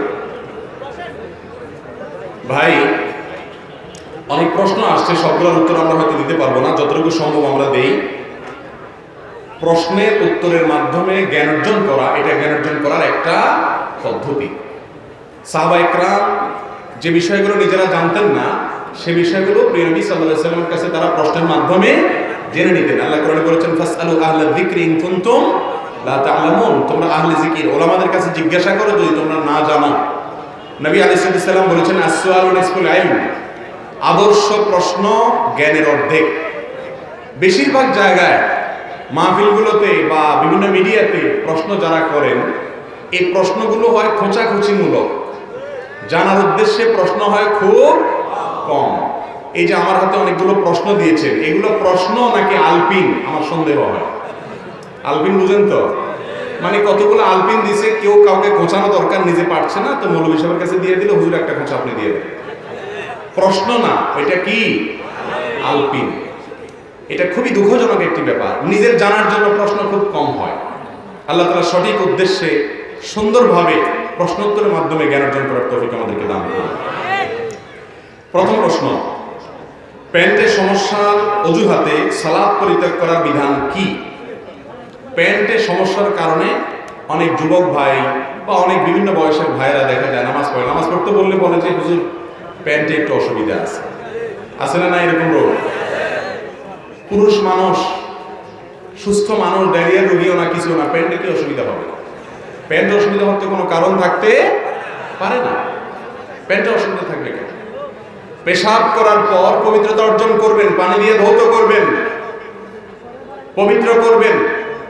পেশাব করার পর যদি আপনি পবিত্রতা অর্জন না করেন, আপনাকে সালাত আদায় করতে হবে, সেটা তো আছেই। এছাড়া আপনার পেশাবের ফোঁটা যদি আপনার রানে, আপনার শরীরের কোনো অংশে লাগে, এটা কি আপনার স্বাস্থ্যের জন্য ভালো না খারাপ? অ্যালার্জি হবে, নানা রকমের রোগ বালাই হবে, এটা অপরিচ্ছন্ন, এটা নোংরামি। এই জন্য একজন নামাজি মানুষের চেয়ে পরিচ্ছন্ন পবিত্র কেউ হতে। মুসলমানের প্যান্ট আবার খারাপ হবে কেন? এটা ছোট বাচ্চা যদি বলে যে আঙ্কেল আমার 3 বছর বয়স, আমার প্যান্ট খারাপ, এটা মানা যায়, ঠিক না? ঠিক, ও পানি খরচ করতে জানে না। একজন যুবক মানুষ তাগড়া, দুনিয়ার সব বুঝে, পেশাব করার পরে যে পানি নিতে হয় এতটুকু বুঝে না, আবার ভাব চক্কর, জামায় কাপড়ে মনে হচ্ছে বিশাল স্মার্ট মানুষ, ভিতরে অবস্থা হলো যে কাপড়। এটা বলতেও তো লজ্জা হওয়ার কথা। ভাইরা আমার, নামাজের জন্য কাপড় খারাপ, এই অজুহাত আল্লাহর কাছে চলবে। প্যান্ট নষ্ট হলে প্যান্ট পাল্টায় আসে, কারোর কাছ থেকে একটা গামছা নিয়ে গামছা পরে নামাজ পড়েন, সতর ঢাকলেই হলো হাঁটু থেকে, নাভি থেকে হাঁটু পর্যন্ত পুরুষরা। অতএব প্যান্ট খারাপের অজুহাতে নামাজ ত্যাগ করা হারাম, কোন অবস্থাতে জায়েজ। ডবল শাস্তি হবে, নামাজ পড়লেন না আবার অপবিত্র থাকলেন, অপরাধ দুইটা করলেন। আল্লাহ বলেছেন ওয়াফিয়াবাকা ফাতাহির, কাপড়কে কি করো? পবিত্র করো। যদি আয়াতের অন্যান্য ব্যাখ্যা আছে। অতএব যুবক ভাইরা, নামাজ ত্যাগকারী ব্যক্তি নিজেকে মুসলমান দাবি করার নৈতিক অধিকার। ওমর ফারুক রাদিয়াল্লাহু তাআলা বলেছেন, লা হাজ্জা ফিল ইসলামে লিমান তারাকাস সালাহ, যে ব্যক্তি নামাজ পড়ে না, ইসলামে তার কোনো হিস্সা নাই, অংশ নাই, তার কোনো অধিকার নাই নিজেকে মুসলমান দাবি করার নৈতিক। নামাজ ত্যাগ করলে সে ব্যক্তি ইমানদার থাকে কিনা এটা নিয়ে ইখতিলাফ আছে ইমামদের মধ্যে। ডেঞ্জারাস একটি বিষয়, ইমান আছে কিনা এটা নিয়ে কথা আছে। অতএব আমাদের সমাজে মানুষ নামাজ তো পড়ে না, আবার পড়তে বললে বা বেশি বললে বলে নামাজ না পড়লে কি হয়েছে, ইমান। ব্যাপারটা এরকম হয়ে গেল যে ব্রাশও করে না, মেসওয়াকও করে না, কিন্তু বলে ব্রাশ মেসওয়াক না করলে কি হয়েছে, আমার মুখ পরিষ্কার আছে। এই দাবিকারী যেরকম মিথ্যাবাদী, নামাজ না পড়ে আবার ইমান আছে দম্ভ করে, এই দাবিকারীও সত্যবাদী হতে পারে। দ্বিতীয় প্রশ্ন, বিয়ে করার উদ্দেশ্যে প্রেম করা যাবে কিনা? শরীয়তের দৃষ্টিতে এই ধরনের প্রেমের পরিণতি কি? ভাই, বিয়ের উদ্দেশ্যে প্রেম, অনেকে মনে করে যে প্রেম তো বেশিরভাগ হয় টাউটগিরি, বাটপারি, বেশিরভাগ তো হয় শয়তানি উদ্দেশ্যে হয়। তো কেউ মনে করে আসলে কিয়ামত নিকটবর্তী হয়ে গেছে। তো এখন যেই চোরে সব নিয়ে যাওয়ার পরেও মালিকের পকেটে কিছু টাকা রাখে যায় যে বেচারা অন্তত সকালে উঠে নাস্তাটা করতে পারে, সেই চোর মনে করেন আমি এই যুগের অনেক বড় নেককার মানুষ। এখন বিবাহ বহির্ভূত সম্পর্ককে আল্লাহ তাআলা হারাম করেছে, এটা হারাম। এখানে সামাজিক কোনো কমিটমেন্ট থাকে না, কোনো সাক্ষী থাকে না, রেজিস্ট্রেশন নিবন্ধন কাবিন থাকে, যার কারণে যা খুশি তা হয়। এই যে আনুষ্কা বিহানের মতো ঘটনাগুলো এর জ্বলন্ত, হয়তো একটা প্রকাশ হয়েছে, তলে তলে এরকম কত যুবকের জীবন ধ্বংস হয়ে যাচ্ছে, ঠিক না বেঠিক? এই জন্য বিবাহ বহির্ভূত সম্পর্ককে আল্লাহ তাআলা হারাম করেছে। প্রশ্নকর্তা জানতে চেয়েছেন এগুলোর পরিণতি কি? ভাই, পরিণতি হলো এই তথাকথিত প্রেমের মাধ্যমে যে সম্পর্কগুলো হয় এগুলো খুব বেশি একটা টিকে। আজকাল একটা স্লোগান বের হয়েছে যে অপরিচিত একটা ছেলে মেয়ে বিয়ের পরে হঠাৎ করে তার সাথে থাকতে হবে, বিষয়টা কেমন হয়ে গেল, একটু আগে থেকে গেট টুগেদার, একটু বোঝাপড়া হলে ভালো। খুব ভালো কথা। আমি সব জায়গায় বলি, মুরব্বী চাচাদেরকে জিজ্ঞাসা করে দেখেন, 30-40 বছর আগে যারা বিয়ে করেছে, আজকালকার মতো এই তথাকথিত অবৈধ প্রেমের কোনো অস্তিত্ব তখন খুব একটা ছিল। চাচাদেরকে জিজ্ঞাসা করেন, চাচিদের সাথে তাদের সম্পর্ক যত নিবিড় ছিল, ভালোবাসা যত গভীর ছিল, এখন এই লুতুপুতু প্রেমের নামে অবৈধ সম্পর্ককারী যুবকদের স্ত্রীদের সাথে এই সম্পর্ক। সেদিন পত্রিকা দেখলাম প্রতিদিন 39টা করে বিবাহ বিচ্ছেদ হচ্ছে, তালাক তরতর করে বাড়ছে, পরিবারগুলো ভেঙে খান খান হয়ে যাচ্ছে, মহারণা 10 লাখ ধরে যাতে তালাক না হয়, ঠিক না বেঠিক? তাহলে অবৈধ সম্পর্ক আর গেট টুগেদার এটা পরিবারে শান্তি আনতে পারে।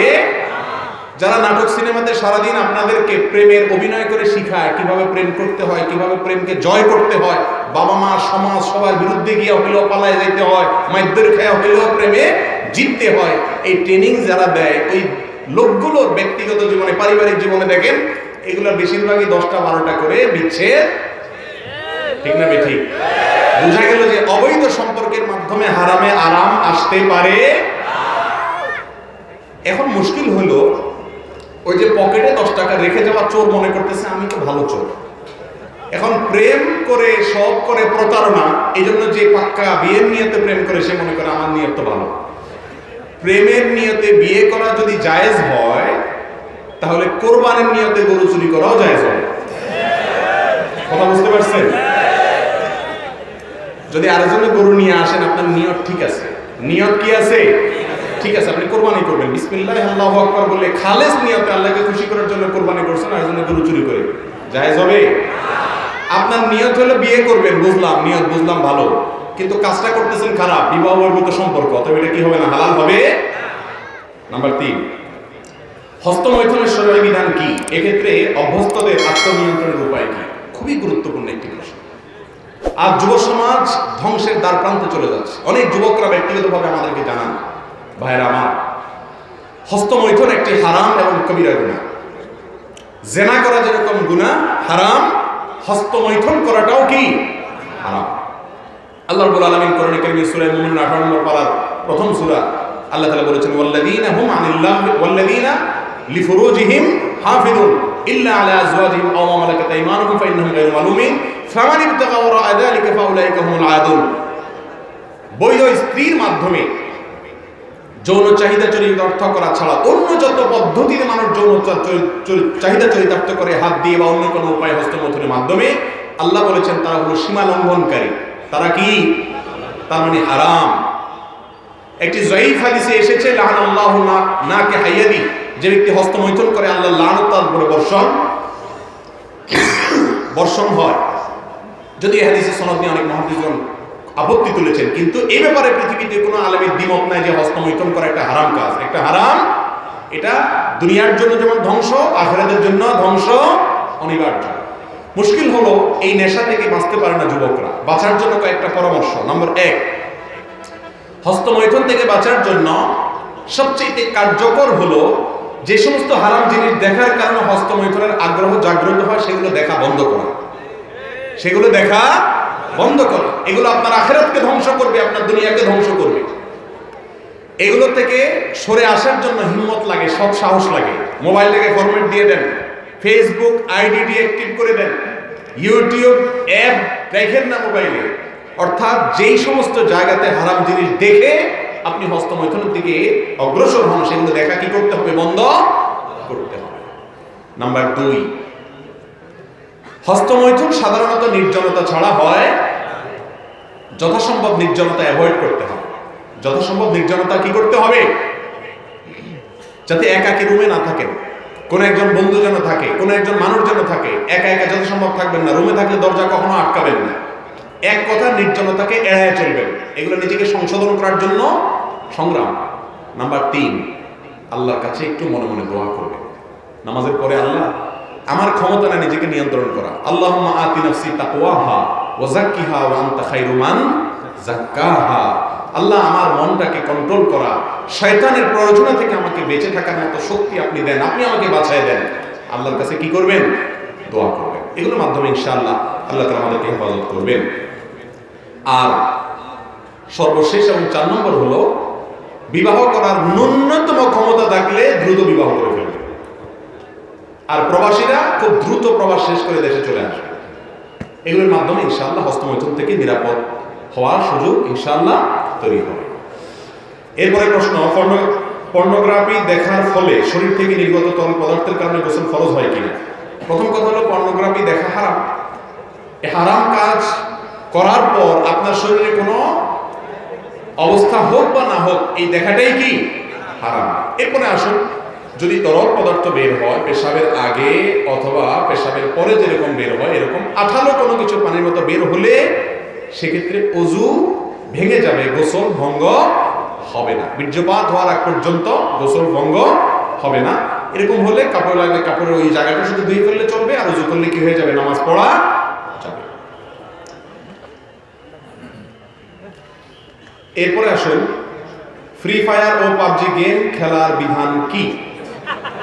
প্রথম কথা হলো ভাইরা আমার, আমরা আগেই বলেছি রহমানের বান্দাদের বৈশিষ্ট্য হলো তারা অনর্থক অহেতুক কাজ করতে পারে না। অহেতুক কাজ করা এটা কোনো ইমানদারের বৈশিষ্ট্য হতে, সফল ইমানদারদের বৈশিষ্ট্য সম্পর্কে আল্লাহ তাআলা কোরআনে কারীমে 18 নম্বর পারা সূরা মুমিনে বলেছেন, ওয়াল্লাযীনা হুম আনিল লাগwi মুরিদুন, যারা অনর্থক কাজ থেকে কি করে? বেঁচে থাকে। এইজন্য অনর্থক কাজ থেকে বেঁচে থাকতে হবে। গেম খেলা এটা কি অর্থবহ কাজ না অনর্থক কাজ? কিন্তু আজকাল অনেক সময় গেম খেলে পয়সা কামানো যায়, এটাকে একেবারে অনর্থক বলা যায় না। কিন্তু এই পদ্ধতিতে অর্থ কামাইকে ইসলাম সমর্থন করে। এটা আর্থসামাজিক উন্নতির জন্য তেমন কোনো ভূমিকা রাখে না, এটা প্রোডাক্টিভ কোনো কাজ না, এটা জীবনকে শেষ করে দেয়। ভাইরা আমার, যেই খেলা দেখার পরে আরো স্থূলতা তৈরি হয়, যেই খেলা দেখার পরে আরো অলসতা তৈরি হয়। লুডো আমরাও ছোটবেলায় যে খেলি নাই তা তো না, কিন্তু লুডো খেলার পরে মনে প্রশান্তি অনুভব হয় না, আরো অস্থির লাগে। হারলে তো মনে হয় যে দুনিয়াটা শেষ করে ফেলি, আরো অবস্থা খারাপ, তাই না? এই জাতীয় গেমস মোবাইলে হোক, আপনার লুডো জাতীয় হোক, এগুলো খেললে মনের ভিতরে আরো অস্থিরতা তৈরি হয়। ইসলাম খেলাকে সমর্থন করে, ফিজিক্যাল খেলা, দৌড়াদৌড়ির খেলা। সতর ঢেকে ফুটবল খেলেন, কোনো টাকা নিজেরা লেনদেন করা ছাড়া, ক্রিকেট খেলেন এডিকশন ছাড়া, হারাম কোনো কাজ না করে, শুধুমাত্র শরীরের কসরতের জন্য যদি কোনো খেলা খেলেন, সেগুলোর মাধ্যমে শরীরের মধ্যে স্ফূর্তি আসে, কর্মস্পৃহা তৈরি হয়, মনটা প্রফুল্ল হয়। আধা ঘন্টা ফুটবল খেলেন, কোনো হারাম লেনদেন টেনদেন ইত্যাদি ছাড়া, সকল হারাম বাদ দিয়ে ফুটবল খেলেন, খেলার পরে দেখবেন নিজের ভিতরে একটা ফ্রেশনেস অনুভব হবে। এই জন্য ফিজিক্যাল খেলা ইসলামে কি আছে? জায়েজ আছে, শর্ত সাপেক্ষে। আর এই জাতীয় পাবজি গেম, নামই হলো পাবজি। এখন কি কারণে পাবজি অজেদ আসমিয়া নামের কারণ যায় না, তবে পাপ আছে শুরুতে, অতএব এটা হালাল না হারাম জিজ্ঞেস করার দরকারটা কি? আর দ্বিতীয় কথা হলো যে এই যে পাবজি, ফ্রি ফায়ার, এই সমস্ত গেমগুলোর ভিতরে অনেক শিরকের উপাদান আছে। সব মিলিয়ে এটা কোনো মুসলমানের জন্য খেলা কি নেই। যুবক ভাইরা, সময় কাটানোর জন্য আপনারা গেম খেলেন, আমি জানি যে সময় কাটে না। আপনাদের হাতে এত সময় যে সময় কাটানোর জন্য গেম খেলা লাগে। আর সাহাবায়ে কেরামের এত অল্প সময় ছিল যে রাসূলের কাছে বলতে, ইয়া রাসূলুল্লাহ কদ কাসুরা আমালুল ইসলামি কদ কাসুরা আলাইনা, ইসলামের এত কাজ ইয়া রাসূলুল্লাহ কখন আমরা করে শেষ করব, একটু সংক্ষেপ করে দেন। রাসূলুল্লাহ সাল্লাল্লাহু আলাইহি ওয়াসাল্লাম সংক্ষিপ্ত রূপ বলে দিতেন। আর আমাদের হাতে এত সময় যে নামাজ পড়ে, রোজা রেখে, হজ, যাকাত, প্রতিদিন এক করা কোরআন তেলাওয়াত, ইসলাম শোনা শিখা সব করার পরে আরো এত হিউজ সময় যে পাবজি গেম খেলে সময়টা কাটাইতে হয়। আবার ঠিকও বলে, মাহফিলের ঠিকের কোনো ঠিক নাই। জি ভাই, এগুলো জায়েজ নেই। এলাকার অধিকাংশ তরুণ প্রযুক্তির অপব্যবহারের কারণে এই ধরনের পর্নোগ্রাফিতে আসক্ত। আমরা কতিপয় যুবক সমষ্টিগতভাবে বিষয়টি নিয়ে সাধ্য অনুযায়ী কাজ করছি। এবারে আপনার পরামর্শ, দিক নির্দেশনা কামনা করছি। পর্নোগ্রাফি নিয়ে পরামর্শ চাচ্ছেন ভাই, আমরা হস্তমৈথুন নিয়ে যে পরামর্শগুলো দিয়েছি সেই পরামর্শগুলোই এখানে রিপ্লেস করবেন এবং অবশ্যই নেককার বন্ধুদের সাথে থাকবেন। বিশেষ করে যুবক ভাইদেরকে বলছি, যে বন্ধু আপনার হারাম থেকে বাঁচতে শিখে, খুব কঠিন এবং সব এরকম যুবকের সংখ্যা খুবই কম। আল্লাহ বলেছেন, ইয়া আইয়ুহাল্লাযীনা আমানুত্তাকুল্লাহ ওয়া কুনু মাআস সাদিকিন, হে ঈমানদাররা তাকওয়া অবলম্বন করা, তার উপায় হলো সত্যবাদী বা ভালো মানুষদের সাথে থাকা। অতএব এই পর্নোগ্রাফি থেকে দূরে সরে আসার জন্য ভালো পরিবেশ, নেককারদের সান্নিধ্য, ভালো মানুষদের সাথে থাকার কোনো বিকল্প হতে। শেখ, আমি তো প্রশ্ন মাত্র শুরু করছি না, তোমার আলোচনা শুনবেন না প্রশ্ন শুনবেন? প্রশ্ন দেখছেন, আওয়াজ নাই, সবাই প্রশ্ন শুনবেন। আপনি ফুসলে রাজি করেছেন, ফুসলে রাজি করলে তো হবে না। আচ্ছা যাক, সংক্ষেপে শেষ করি। কোন ব্যক্তি যদি অনেকের কাছে ঋণ চেয়ে ঋণ না পাওয়ার পর সুদের দ্বারস্থ হয়, তাহলে ওই সব মানুষ গুনাহগার হবে কিনা যাদের কাছে টাকা থাকার পরও ঋণ দেয় নাই? খুবই দরকারি একটি প্রশ্ন। ভাইরা আমার, কেউ ঋণ চাইলো, আপনার কাছে টাকা আছে কিন্তু আপনি দেন নাই, বেচারা বাধ্য হয়ে সুদে ঋণ নিতে হয়েছে, তাহলে সেক্ষেত্রে আপনি গুনাহগার হবেন কিনা? উত্তর হলো, যদি ওই লোককে ঋণ না দেওয়ার কোনো যৌক্তিক কারণ না থাকে, সম্পদের মোহে মায়ায় আপনি ঋণ দেন নাই, তাহলে তো আপনি অবশ্যই আল্লাহর কাছে কিছু না কিছু দায় আপনার থাকবে। তবে এর কারণে আপনি হারাম কাজ করেছেন এবং তার সুদের দায়ভার পুরো আপনাকে বহন করতে হবে এমন কোনো কথা নাই। কারণ ইসলামে ঋণ দেওয়াটাকে ফরজ করা হয়, কিন্তু ঋণ দেওয়া অনেক বড় ইবাদতের কাজ। কোন কোন ক্ষেত্রে কোন কোন হাদিসে আসছে যে দানের চাইতে পর্যন্ত বেশি সওয়াব হয় কিসে? ঋণ দিলে। কোন কোন ক্ষেত্রে এই জন্য ঋণের কালচারটা আবার ফিরে আসতে হবে। যে গ্রামে গঞ্জে সুদের বিশাল বড় প্রচলন, অহরহ প্রচলন, এগুলার অন্যতম বড় কারণ হলো হালাল ঋণ দেওয়ার সিস্টেম আজ। আমরা হুজুররা শুধু মাসালা বললে হবে না, মানুষকে হালাল ঋণ দেওয়ার সিস্টেম চালু করতে হবে প্রচলিত আইন এবং নিয়ম অনুসরণ করে। অতএব ব্যক্তিগতভাবে এক অন্যকে ঋণ দিতে সম্পদের মোহের কারণে অসুবিধা জানা উচিত। মুশকিল হলো, ঋণ যে দিবে, ঋণ তো নিতে পারলে আর পাওনাদারকে চিনেও না। এরপরে এমন একটা ভাব যে ওই লোকটা যেন ভিক্ষুক, ভিক্ষা চাইতে আসে। এই রোগটা এখন আমাদের সমাজে ব্যাপক আকার ধারণ করেছে, তাই না? একটা হাদিস শুনেন, সহিহ বুখারীতে আসছে, রাসূল আকরাম সাল্লাল্লাহু আলাইহি ওয়াসাল্লাম বলেছেন, খিয়ারুকুম আহসানুকুম খায়রুকুম আহসানুকুম কাদাআ, তোমাদের মধ্যে সবচেয়ে ভালো মানুষ হলো ওই ব্যক্তি যে ব্যক্তি বাকি নেওয়ার পরে, ঋণ নেওয়ার পরে সেটাকে পরিশোধ করার ক্ষেত্রে ভালো মানুষের পরিচয় দেয়। ওয়াদা ঠিক, দোকান থেকে একবার বাকি নিতে পারলে আর ওই দোকানের সামনে দিয়া হাঁটে না, আর চিনেই না। এটা কোনো মুসলমানের চরিত্র হতে। অতএব যারা ঋণ দেয় না তাদেরকে এককভাবে দোষ দেওয়া যাবে না। ঋণ নেওয়ার পরে টালবাহানা করা, মাতরুল গানিয়ে যুলমুন, নবীজি বলেছেন যার দেওয়ার সামর্থ্য আছে তারপরে ঘোরাঘুরি করে, এটা আরেক অবিচার। অতএব ভাইরা আমার, শুধুমাত্র নামাজ কালাম পড়া, টুপি লাগানো আর দাড়ি রাখা, এটার নাম ইসলাম না। এটা ইসলামের অনেক গুরুত্বপূর্ণ অংশ। ইসলামের অতীব গুরুত্বপূর্ণ অংশ হলো নিজের চরিত্র, লেনদেন, এগুলোকে ঠিক করা। অতএব ঋণ নিলে সময় মতো পরিশোধ যে করে তাকে নবীজি বলেছেন যে খায়রুকুম, সে তোমাদের মধ্যে উত্তম, আহসানুকুম কাদাআ। বিধায় শুধুমাত্র যে ঋণ দেয় নাই তাকে এককভাবে দোষ দেওয়া যাবে না। যারা ঋণ নেন তারাও পরিশোধ করার মানসিকতা থাকতে হবে। যিনি ঋণ দেন তিনিও সাগ্রহে ঋণ দিতে হবে। আর ঋণে টাকা উঠবে কি উঠবে না এটা নিয়ে যদি ভয় থাকে, ইসলামী অর্থনীতিতে ঋণদাতার জন্য গ্রান্টার হিসাবে বন্ধক রাখার পদ্ধতি চালু করেছে ইসলাম। তার থেকে কোনো কিছু বন্ধক রাখেন, টাকা দিতে অস্বীকৃতি জানলে ওই জিনিসটা যথা নিয়মে এলাকার মুরব্বীদের মাধ্যমে বিক্রি করে টাকা উসুল করবে। তাহলে তো আর তার বাহানা করার কি থাকে না, সুযোগ থাকে না। আর ঋণ দিলে লিখে নিবে। আল্লাহ বলেছেন ইদা তাদায়াতুম বিদাইনিন ফাকতুবু, লেনদেন করলে, ঋণের লেনদেন করলে কি করতে হবে? লিখিত করতে হবে।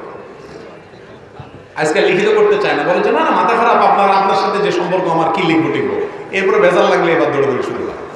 কোরআনের সবচেয়ে বড় আয়াত লেখা, সবচেয়ে বড় আয়াত হলো এই সম্পর্কে কোরআনে ঋণ লেখার ব্যাপারে। উপযুক্ত বয়সে ছেলে মেয়েকে বিবাহ না দিলে, এর ধরুন ছেলে মেয়ে কোনো অপরাধ করলে তার জন্য অভিভাবক দায়ী থাকবেন কিনা? অবশ্যই দায়ী থাকবেন। আল্লাহ রাব্বুল আলামিন কোরআনে কারীমে বলেছেন তোমরা তোমাদের অধীনস্থদেরকে বিবাহ দাও। কেন?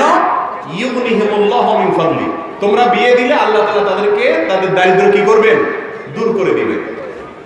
মুরব্বীরা বিয়ে দেন না, বলে যে নিজের পায়ে নিজে দাঁড়াও আগে। আমি সব সময় বলি যুবক কি আরেকজনের পায়ে দাঁড়ায় আছে নাকি? এরপরে বলো নিজের পায়ে দাঁড়ায়। আরে বাবা, ও তো নিজের পায়ে দাঁড়ায় আছে মাশাআল্লাহ। নিজের পায়ে দাঁড়ানোর এটা ডেফিনিশন যেন কি, এটা এক একজনের কাছে এক এক রকম। কারোর কাছে লক্ষ লক্ষ টাকার মালিক হলে তারপরে যায় নিজের পায়ে দাঁড়ানো। মনে রাখবেন, বিবাহ করার জন্য কি দরকার? মহারণা দেওয়ার মতো, মিনিমাম মহারণা দেওয়ার মতো কোনো যোগ্যতা থাকা, অর্থনৈতিক, এবং স্ত্রীকে ডাল ভাত খাওয়ানোর মতো ক্ষমতা থাকা। রিক্সা চালালে তো ডাল ভাত খাওয়ানো যায়, এইটুকু ক্ষমতা থাকলেই তার বিয়ে করা জায়েজ। আর এটারও যার ক্ষমতা নাই সে রোজা রাখবে। আজকাল মুরব্বীরা ছেলেদের মেয়েদের বিয়ে দিতে দেরি করতে করতে করতে করতে এত বেশি দেরি করে ফেলেন যে তারা তলে তলে অনেক হারাম সম্পর্ক করে। অবশ্যই এর দায়ভার মা বাপ এড়াতে পারবেন। বিবাহের অন্যতম উদ্দেশ্য হল চরিত্রের সংরক্ষণ, হেফাজত। অতএব চরিত্র যদি সন্তানের নষ্ট হয়, মা বাবার অবহেলার কারণে, মা বাবা আরো পয়সা চায়, পয়সাওয়ালা চায়, তাহলে সেক্ষেত্রে অবশ্যই মা বাবার কি হবে? গুনাহ। একজন বিবাহিত স্ত্রী অন্যের সাথে পালিয়ে বিয়ে করলে জায়েজ হবে কিনা, এই প্রশ্ন করার কোনো প্রয়োজন নেই। জন্য শুরুতে বলেছি আসওয়ালু নিসফুল ইলম, আদর্শ প্রশ্ন জ্ঞানের অর্ধেক। এই প্রশ্ন তো করার দরকার নাই, আপনারা তো সবাই কম বেশ। একজনের বউ আরেকজনের বিয়ে করলে এটা জায়েজ হওয়ার কোনো কারণ থাকতে পারে? কারণ থাকতে পারে না। যতক্ষণ পর্যন্ত কারোর সাথে বৈবাহিক বন্ধনে আবদ্ধ আছে, বিশেষ করে অনেক প্রবাসীর ক্ষেত্রে এরকম হয়, দেশের ক্ষেত্রে দেশে আছেন তাদেরও হয়, যে একজন স্ত্রী আরেকজনের সাথে চলে যাচ্ছে। যদি চলে যায়, ওখানে যত বিয়ে পড়াক না কেন, মক্কা শরীফের ইমাম সাহেব এসেও যদি বিয়ে পড়ান, বিয়ে হবে? হারাম হবে, জিনা হবে। আল্লাহ তাআলা আমাদের বোঝার তৌফিক দান করুন। নামাজে বুকে হাত বাঁধলে এবং আমিন জোরে বললে অনেকে এটাকে ফিতনা বলে। তাহলে ফিতনা আসলে কাকে বলে? ভাই, নামাজে জোরে আমিন বলা এটা বিভিন্ন হাদিস দ্বারা প্রমাণিত আছে। হাদিসের উপর আমল করলে সেটা ফিতনা হতে যাবে কেন? হ্যাঁ, ফিতনা তখন হবে আপনি যদি যে আস্তে আমিন বলছে, আস্তে আমিন বলার সপক্ষেও বিশুদ্ধ হাদিস আছে। আপনি যদি বলেন যে না তোমার নামাজ হয় না, তুমি রাসূলের তরিকা নামাজ পড়ো না, এই সমস্ত কথা বলে যদি বিশৃঙ্খলা করেন, তাহলে সেক্ষেত্রে সেটা অবশ্যই কি হবে? ফিতনা হবে। আমরা আজকাল অসহনশীল হয়ে গেছি ভাইরা। আমাদের মসজিদগুলোতে সুদখোর, ঘুষখোর, টিনচোর, গমচোর, সব ধরনের অপরাধীরা আসতে পারে, সবার জন্য উন্মুক্ত। কিন্তু কেউ জোরে আমিন বললে বা বুকে হাত বাঁধলে বলে যদি মসজিদে আসবে না। অনেক মসজিদে এই রোগটা আছে না নাই? একই বাড়াবাড়ি বিপরীত দিক থেকেও বা সব পক্ষ থেকে কম বেশ হয়, কেউ কম করে বেশি করে। ভাইরা আমার, এই সীমা লঙ্ঘন করা ইসলামে জায়েজ। যে ভাই কোন হাদিসের উপর আমল করছে তাকে অ্যাপ্রিশিয়েট করা উচিত। অনেক যুবক নামাজই পড়ে না, তাদের ব্যাপারে আপনার কোনো মাথা ব্যথা নাই। ওই বেচারা হাদিসের উপর আমল করছে, তার বিরুদ্ধে লাগছেন। আপনার বিবেককে জিজ্ঞাসা করেন আপনি কোনো ভালো কাজ করছেন না অন্যায় কাজ করছেন। এটা কখনো ভালো কাজ হতে পারে না। সেই সাথে যুবককেও খেয়াল রাখতে হবে যে ওলামাদের বিরুদ্ধে অথবা ইমাম সাহেবদের বিরুদ্ধে অথবা মুসল্লিদের বিরুদ্ধে খেপিয়ে তোলার মতো মূর্খতাসুলভ কাজও যেন না হয়। ভাগ্য যদি নির্ধারণ হয়েই থাকে, তবে আমরা কেন আল্লাহর কাছে হায়াত, রিজিক, সুস্থতা কামনা করি? এই জন্য কামনা করব যে ভাগ্যে কি লেখা আছে আমরা জানি না। অতএব ভাগ্যটা বিশ্বাস করতে হবে, আর কর্মটা আমাকে ঠিকই সম্পাদন করতে হবে। দোয়া হলো কর্ম, ভাগ্য হলো বিশ্বাসের বিষয়। আমার বিশ্বাস থাকবে, হবে সেটাই যেটা আল্লাহ চাইবেন। কিন্তু তাই বলে আমি চেষ্টা না করে বসে থাকবো? আমাকে চেষ্টা করতে হবে। ভাগ্যের জায়গায় ভাগ্যে বিশ্বাস করবে। এক হুজুরকে এরকম ধরছে আটকানোর জন্য, বলে যে হুজুর ও নামাজ পড়ে না, বলে যে নামাজ পড়ে না কেন? বলে হুজুর আমি তো আসলে নামাজ পড়তে চাই, যেহেতু আল্লাহর হুকুম ছাড়া কিছুই হয় না, তো এই জন্য আমি আসলে মসজিদে যাচ্ছি না, আল্লাহ আমার নামাজে নেওয়ার মনে হুকুম নাই, আমার ভাগ্যে লেখা আছে আমি এখন শুয়ে থাকবো, এই জন্য আমি শুয়ে আছি। হুজুর বেচারা তো কোনো জবাব দিতে পারে নাই, নামাজের টাইম এসে চলে গেছে। পরে সকালবেলায় ও যখন উঠে প্যান্ট শার্ট পরে হাঁটা দিচ্ছে, কলার ধরছে, চান্দু কই যাস? কয় অফিসে যাই। শো আল্লাহ তাআলা তোরে খাওয়াবে না ইনশাআল্লাহ, আল্লাহর প্রতি এত বিশ্বাস তোর যে আল্লাহর কথা হুকুমের বাইরে কিছুই হয় না, তুই শুয়ে থাক, আল্লাহর হুকুমের বাইরে কিছুই হবে। তো বোঝা গেল যে এগুলো সব সুবিধাবাদী কথাবার্তা। ভাগ্যের ভালো মন্দ সবকিছু আল্লাহর নিয়ন্ত্রণে, ঠিক আছে, কিন্তু আমাকে সেই আল্লাহই বলেছেন কি করতে, ফাইদা কুদিয়াতিস সালাতু ফান্তাশিরু ফিল আরদি ওয়াবতাগু মিন ফাদলিল্লাহ, আল্লাহর রিজিক তালাশ করো। আর হাদিসে আসছে দোয়ার মাধ্যমে আল্লাহ তাআলা কিছু কিছু ভাগ্য পরিবর্তন করেন, এজন্য দোয়া এবং চেষ্টা ঠিকই চালাতে হবে। মহারণা আদায় না করে অনেক দাদা দাদিরা বয়সী হয়ে মারা গেছেন, তাদের উপরে শরীয়তের হুকুম কি? মহারণা পরিশোধ করে যেতে হবে। স্ত্রীর মহারণা ছাড়া যদি কেউ মৃত্যুবরণ করেন, কিয়ামতের দিন সেই স্ত্রী তার বিরুদ্ধে বাদী হয়ে আল্লাহর কাছে মামলা করবে, কারণ এটা তার পাওনা অধিকার, আদায় করেন না আপনি। এই জন্য যদি ময়মুরব্বী মারা যেয়ে থাকেন, নাতি হিসাবে আপনার মায়া হয়, হ্যাঁ আমার দাদা দিছে না দিছে, তো মহারণার ওই টাকাটা দাদার পক্ষ থেকে দান করে দিবেন, অথবা দাদির পক্ষ থেকে দান করে দিবেন, যেন আল্লাহ তাআলা তাকে কি করে মুক্ত করে দেয়। বাকি তাদের কি অবস্থা হয়েছে না হয়েছে, তারা কেউ কাউকে মাফ করে দিয়েছেন কি দেন, তাদের ব্যাপার। আপনি নাতি হিসাবে নিশ্চয়ই দাদা দাদিদের মহারণা 10 টাকা 20 টাকা বেশি ছিল না, তো 20 টাকা দান করা কোনো ব্যাপার না, খুব সহজে দাদা দাদিকে মুক্ত করতে পারবেন। আজ বাংলাদেশে এত সমস্যা হওয়ার পরেও সকল আলেমরা কেন ঐক্যবদ্ধ হচ্ছেন না? ভাই, আলেমরা বেশিরভাগ বিষয়ে ঐক্যবদ্ধ আলহামদুলিল্লাহ। বাংলাদেশে 6 ওয়াক্ত নামাজের কথা বলা আলেম আছে কোনো? জোহরের নামাজ 6 রাকাতের পক্ষে কোনো আলেম আছে? শুধুমাত্র অনৈক্যগুলোকে অনেকে বড় করে দেখায়। আমি যে দেখি যে 99% বিষয়ে সবাই এক। অমিলের বিষয়গুলো বেশি না কম? কম। এই কমটাও দূরত্বটা কমে যাবে। আপনাদের একটা দায়িত্ব আছে, আর সবচেয়ে বেশি দায়িত্ব হলো ক্যামেরাদের। বলবো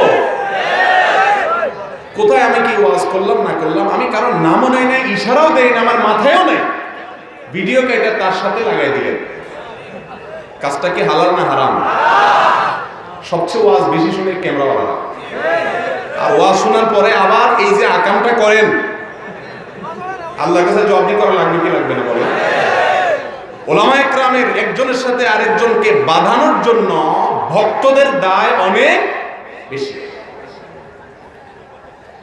আমার ভক্ত ওনার 14 গোষ্ঠী উদ্ধার করতেছে, আছে না নাই?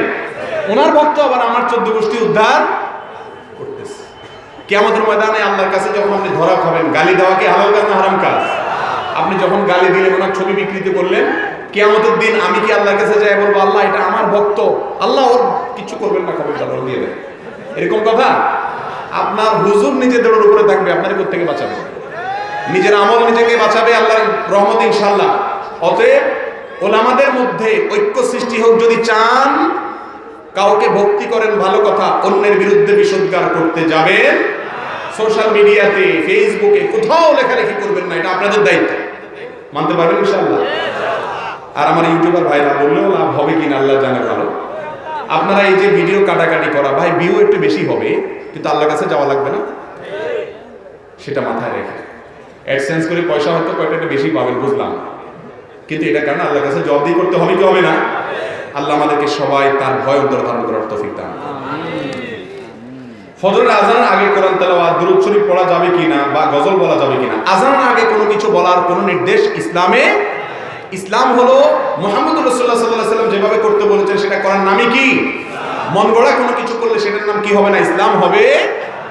চট্টগ্রামের দিকে আছে যে আজানের আগে কি কি কথাগুলো বলে, এবং অনেক এলাকাতে আছে যে মুয়াজ্জিন সাহেব মাইকে আগে অনেক কিছু বলে। আপনি যত ভালো কাজই করেন না কেন, রাসূল করিম সাল্লাল্লাহু আলাইহি সাল্লাম যা করতে বলেন নাই সেটাকে যদি আপনি যোগ করেন, এটার নাম হলো বেদাত। এটার নাম কি? আর সকল বেদাতের ঠিকানা কোথায়? জাহান্নাম। এটা করা যাবে না। আজানের আগে কোনো কিছু বলতে হয় নাই, বলা হয় নাই। আজানের পরে দোয়া বলবেন, দুরূদ পড়বেন। অবসর ভাতা সুদ হবে কিনা? অবসর ভাতা সুদ হতে যাবে কেন? অবসর ভাতা জায়েজ আছে, তবে অবসর ভাতাকে বিভিন্ন স্কিমে আপনি যদি লাগান সেটা সুদ হওয়ার প্রশ্ন আসতে পারে, কিন্তু অবসর ভাতা এটা সুদ নয়। বিবাহের পর একদিন সংসার করার পর জানতে পারলে সৎ ভাই বোন এখন ইসলামের বিধান কি, এটা তো আগে থেকে জানা উচিত ছিল, এটা ত্রুটি হয়েছে। যদি এটা পরে জানা যায় সঙ্গে সঙ্গে বিচ্ছিন্ন হয়ে যেতে হবে, কারণ সৎ ভাই বোনের সাথে বিবাহ কি নাই? জায়েজ নাই। ইসলামের দৃষ্টিকোণ থেকে বিয়ের আগে তো প্রেম করা হারাম, কিন্তু যারা প্রেম করে বিয়ে করে তাদের বিয়ে কত পার্সেন্ট হারাম? ভাই এটা তো উত্তর আমরা দিয়ে ফেলেছি। তারপরে শুধু এটুকু বলি যে বিবাহ যদি করে, অনেকে মনে করে আপনার কালো টাকা সাদা করার একটা সিস্টেম আছে না, তো মনে করে যে প্রেম করার পরে বিয়ে করে ফেললে বোধ হয় আগের গুলো সব সাদা হয়ে যায়। না, এটা ভুল কথা। যদি বিয়ে করেন তাহলে বিয়ে করছেন, ভালো কথা, কিন্তু আগে যে আকাম কুকাম করছেন সেটা বিয়ের কারণে মাফ হবে। জামাই বউ দোনোজন আল্লাহর কাছে চোখের পানি ফেলে মাপ চান আর লজ্জিত হন। নির্লজ্জের মতো হারাম কাজ করেছেন, আল্লাহর কাছে মাপ চাইতে হবে। বিয়ে করলে আগেরটা কি হয়ে যাবে না? হালাল হয়ে যাবে না, তো বিবাহ হয়ে যাবে, সমস্যা নেই। ধূমপানের ক্ষতি কি কি? ধূমপান করা কি হারাম? ধূমপান মানুষের স্বাস্থ্যের জন্য ক্ষতিকর, ইসলামের জন্য ক্ষতিকর কোনো কিছু মানুষের গ্রহণ করা, খাওয়া জায়েজ নাই। আল্লাহ বলেছেন আল্লাহ তুমি বিয়ে দিলে তাহলে ওখানে নিজেদেরকে শেষ করিও না। ধূমপান এটা ক্ষতিকর কিছু নেওয়া জায়েজ নাই। টাকা ফিক্স করে এসে বয়ান করাটা কতটা জায়েজ? ভাই এটা আমি দেখি নাই, প্রশ্নটা দেখলে হয়তো উত্তর দিতাম না। বলে উত্তর কেন দিতেন না? কারণ হলো এই সমস্ত প্রশ্নের অনেক লম্বা কথা উত্তর দিতে আমার সময় নেই। তারপরে সংক্ষেপে বলি যে কাজে টাকা নেওয়া জায়েজ সে কাজে চুক্তি করাও নাজায়েজ হলে নেওয়াও জায়েজ হবে না, চুক্তি করাও কি হবে না? জায়েজ হবে। মৌলিকভাবে ওয়াজ মাহফিলে আসার আগে টাকার চুক্তি করা, না দিলে ঝগড়াঝাটি করা, এটা কোনো আলেমের, ইসলাম প্রচারকের শান হতে পারে না। রাসূল আকরাম সাল্লাল্লাহু আলাইহি সাল্লাম তো দিন প্রচার করতে গিয়ে মাইর খাইছেন।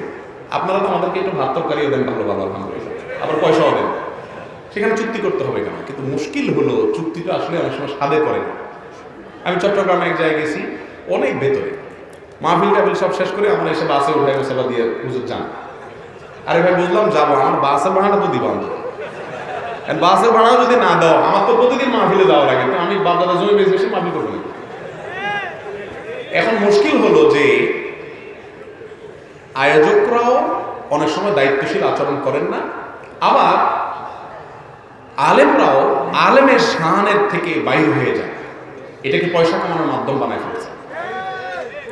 এটা কখনো কোনো আলেমের শান হতে, আমি তো বলি যে এক জায়গায় কম দিলে আরেক জায়গায় একটু বেশি দিয়েছে, আলহামদুলিল্লাহ গড়ে সমান হয়ে যাবে। কিন্তু আয়োজকদেরও দায়িত্বশীল ভূমিকা রাখা উচিত। অনেক ওলামা একরাম দেখা যায় যে ওয়াজ মাহফিল করতে গিয়ে কয়েকদিন আগে কোনো আলেম জানে গাড়ি অ্যাক্সিডেন্ট করে, নতুন গাড়ি শেষ হয়ে গেছে, সাদিক সাহেব না, এরকম অনেক ওলামা একরাম আছে। মনে হাসান জামিল সাহেব একবার দেখলাম যে মাহফিল থেকে আসার সময় গাড়ি শেষ হয়ে গেছে, এটা গাড়ির দাম কত?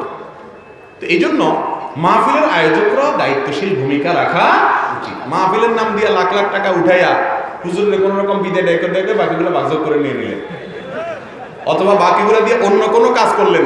ভালো করে শুনে রাখেন, মাহফিল আয়োজকরা অনেক সময় টাকা উঠাইয়া, টাকা বাঁচায়, ইচ্ছাকৃত টাকা বাঁচাইয়া, লাগবে 2 লাখ উঠাইলেন 5 লাখ, বাকি 3 লাখ আপনি অন্য অন্য কথাকথিতে ভালো কাজ করলেন, এটা কিন্তু জায়েজ। হ্যাঁ, আপনি কার্পণ্য করলেন না, এরপরও কিছু থেকে গেছে, সেটা দিয়ে যে কোনো একটা ভালো কাজ করতে পারেন, কিন্তু আপনি প্ল্যান করেছেন, মানুষ থেকে নিয়েছেন, মাহফিলের কথা বলে আপনার উদ্দেশ্য হলো 10 টাকা খরচ করে 20 টাকা বাঁচাবো, আমার অন্য কোনো টার্গেট আছে, এটা হলো প্রতারণা, এটা জায়েজ নাই। অতএব শুধুমাত্র হুজুরদের বিরুদ্ধে মাসালা ঢুকাই দিলেন, আয়োজকদের বিরুদ্ধে তো চেষ্টা বলেন। আল্লাহ আমাদের সবাইকে আল্লাহর ভয় অন্তর লালন করার তৌফিক দান করুন।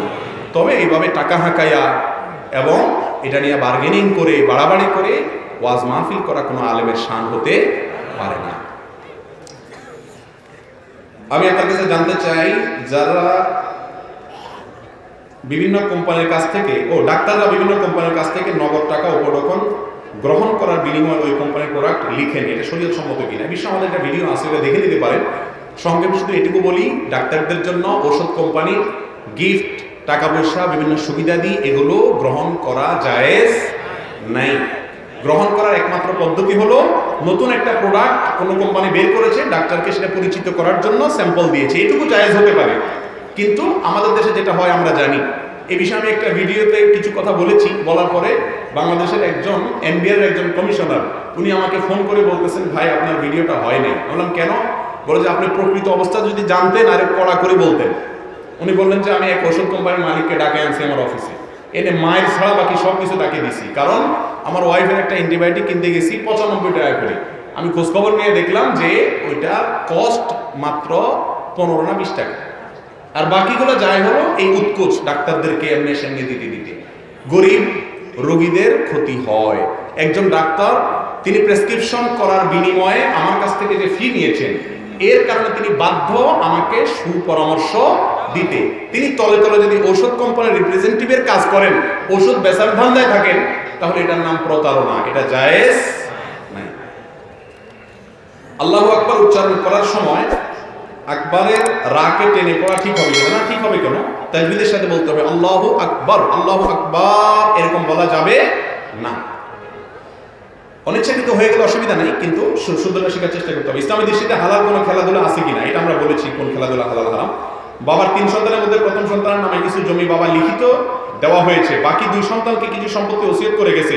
বাবা মারা যাওয়ার পর বড় সন্তান ওসিয়ত মানতে রাজি না। এই সমস্যার ইসলামিক সমাধান কি হবে? বাবা যদি জীবদ্দশায় একটা সন্তানের নামে ওসিয়ত করে যান যে তাকে এই সম্পদটা তোমরা দিও, তাহলে বাবা হারাম কাজ করেছেন, বাবা হারাম কাজ করেছেন। নোমান ইবনে বাশীর রাদিয়াল্লাহু আনহু বাবা তার এক সন্তানকে কিছু সম্পদ দিয়েছেন, এসে রাসূলের কাছে বলছেন, ইয়া রাসূলুল্লাহ আমার অমুক ছেলে কেটে দিয়েছেন। তিনি বলেছেন তোমার তো আরো সন্তান আছে, সবাইকে সেভাবে দিয়েছে সমানভাবে? বলি ইয়া রাসূলুল্লাহ দেই নেই। তখন বলেছেন ইত্তাকুল্লাহ ওয়া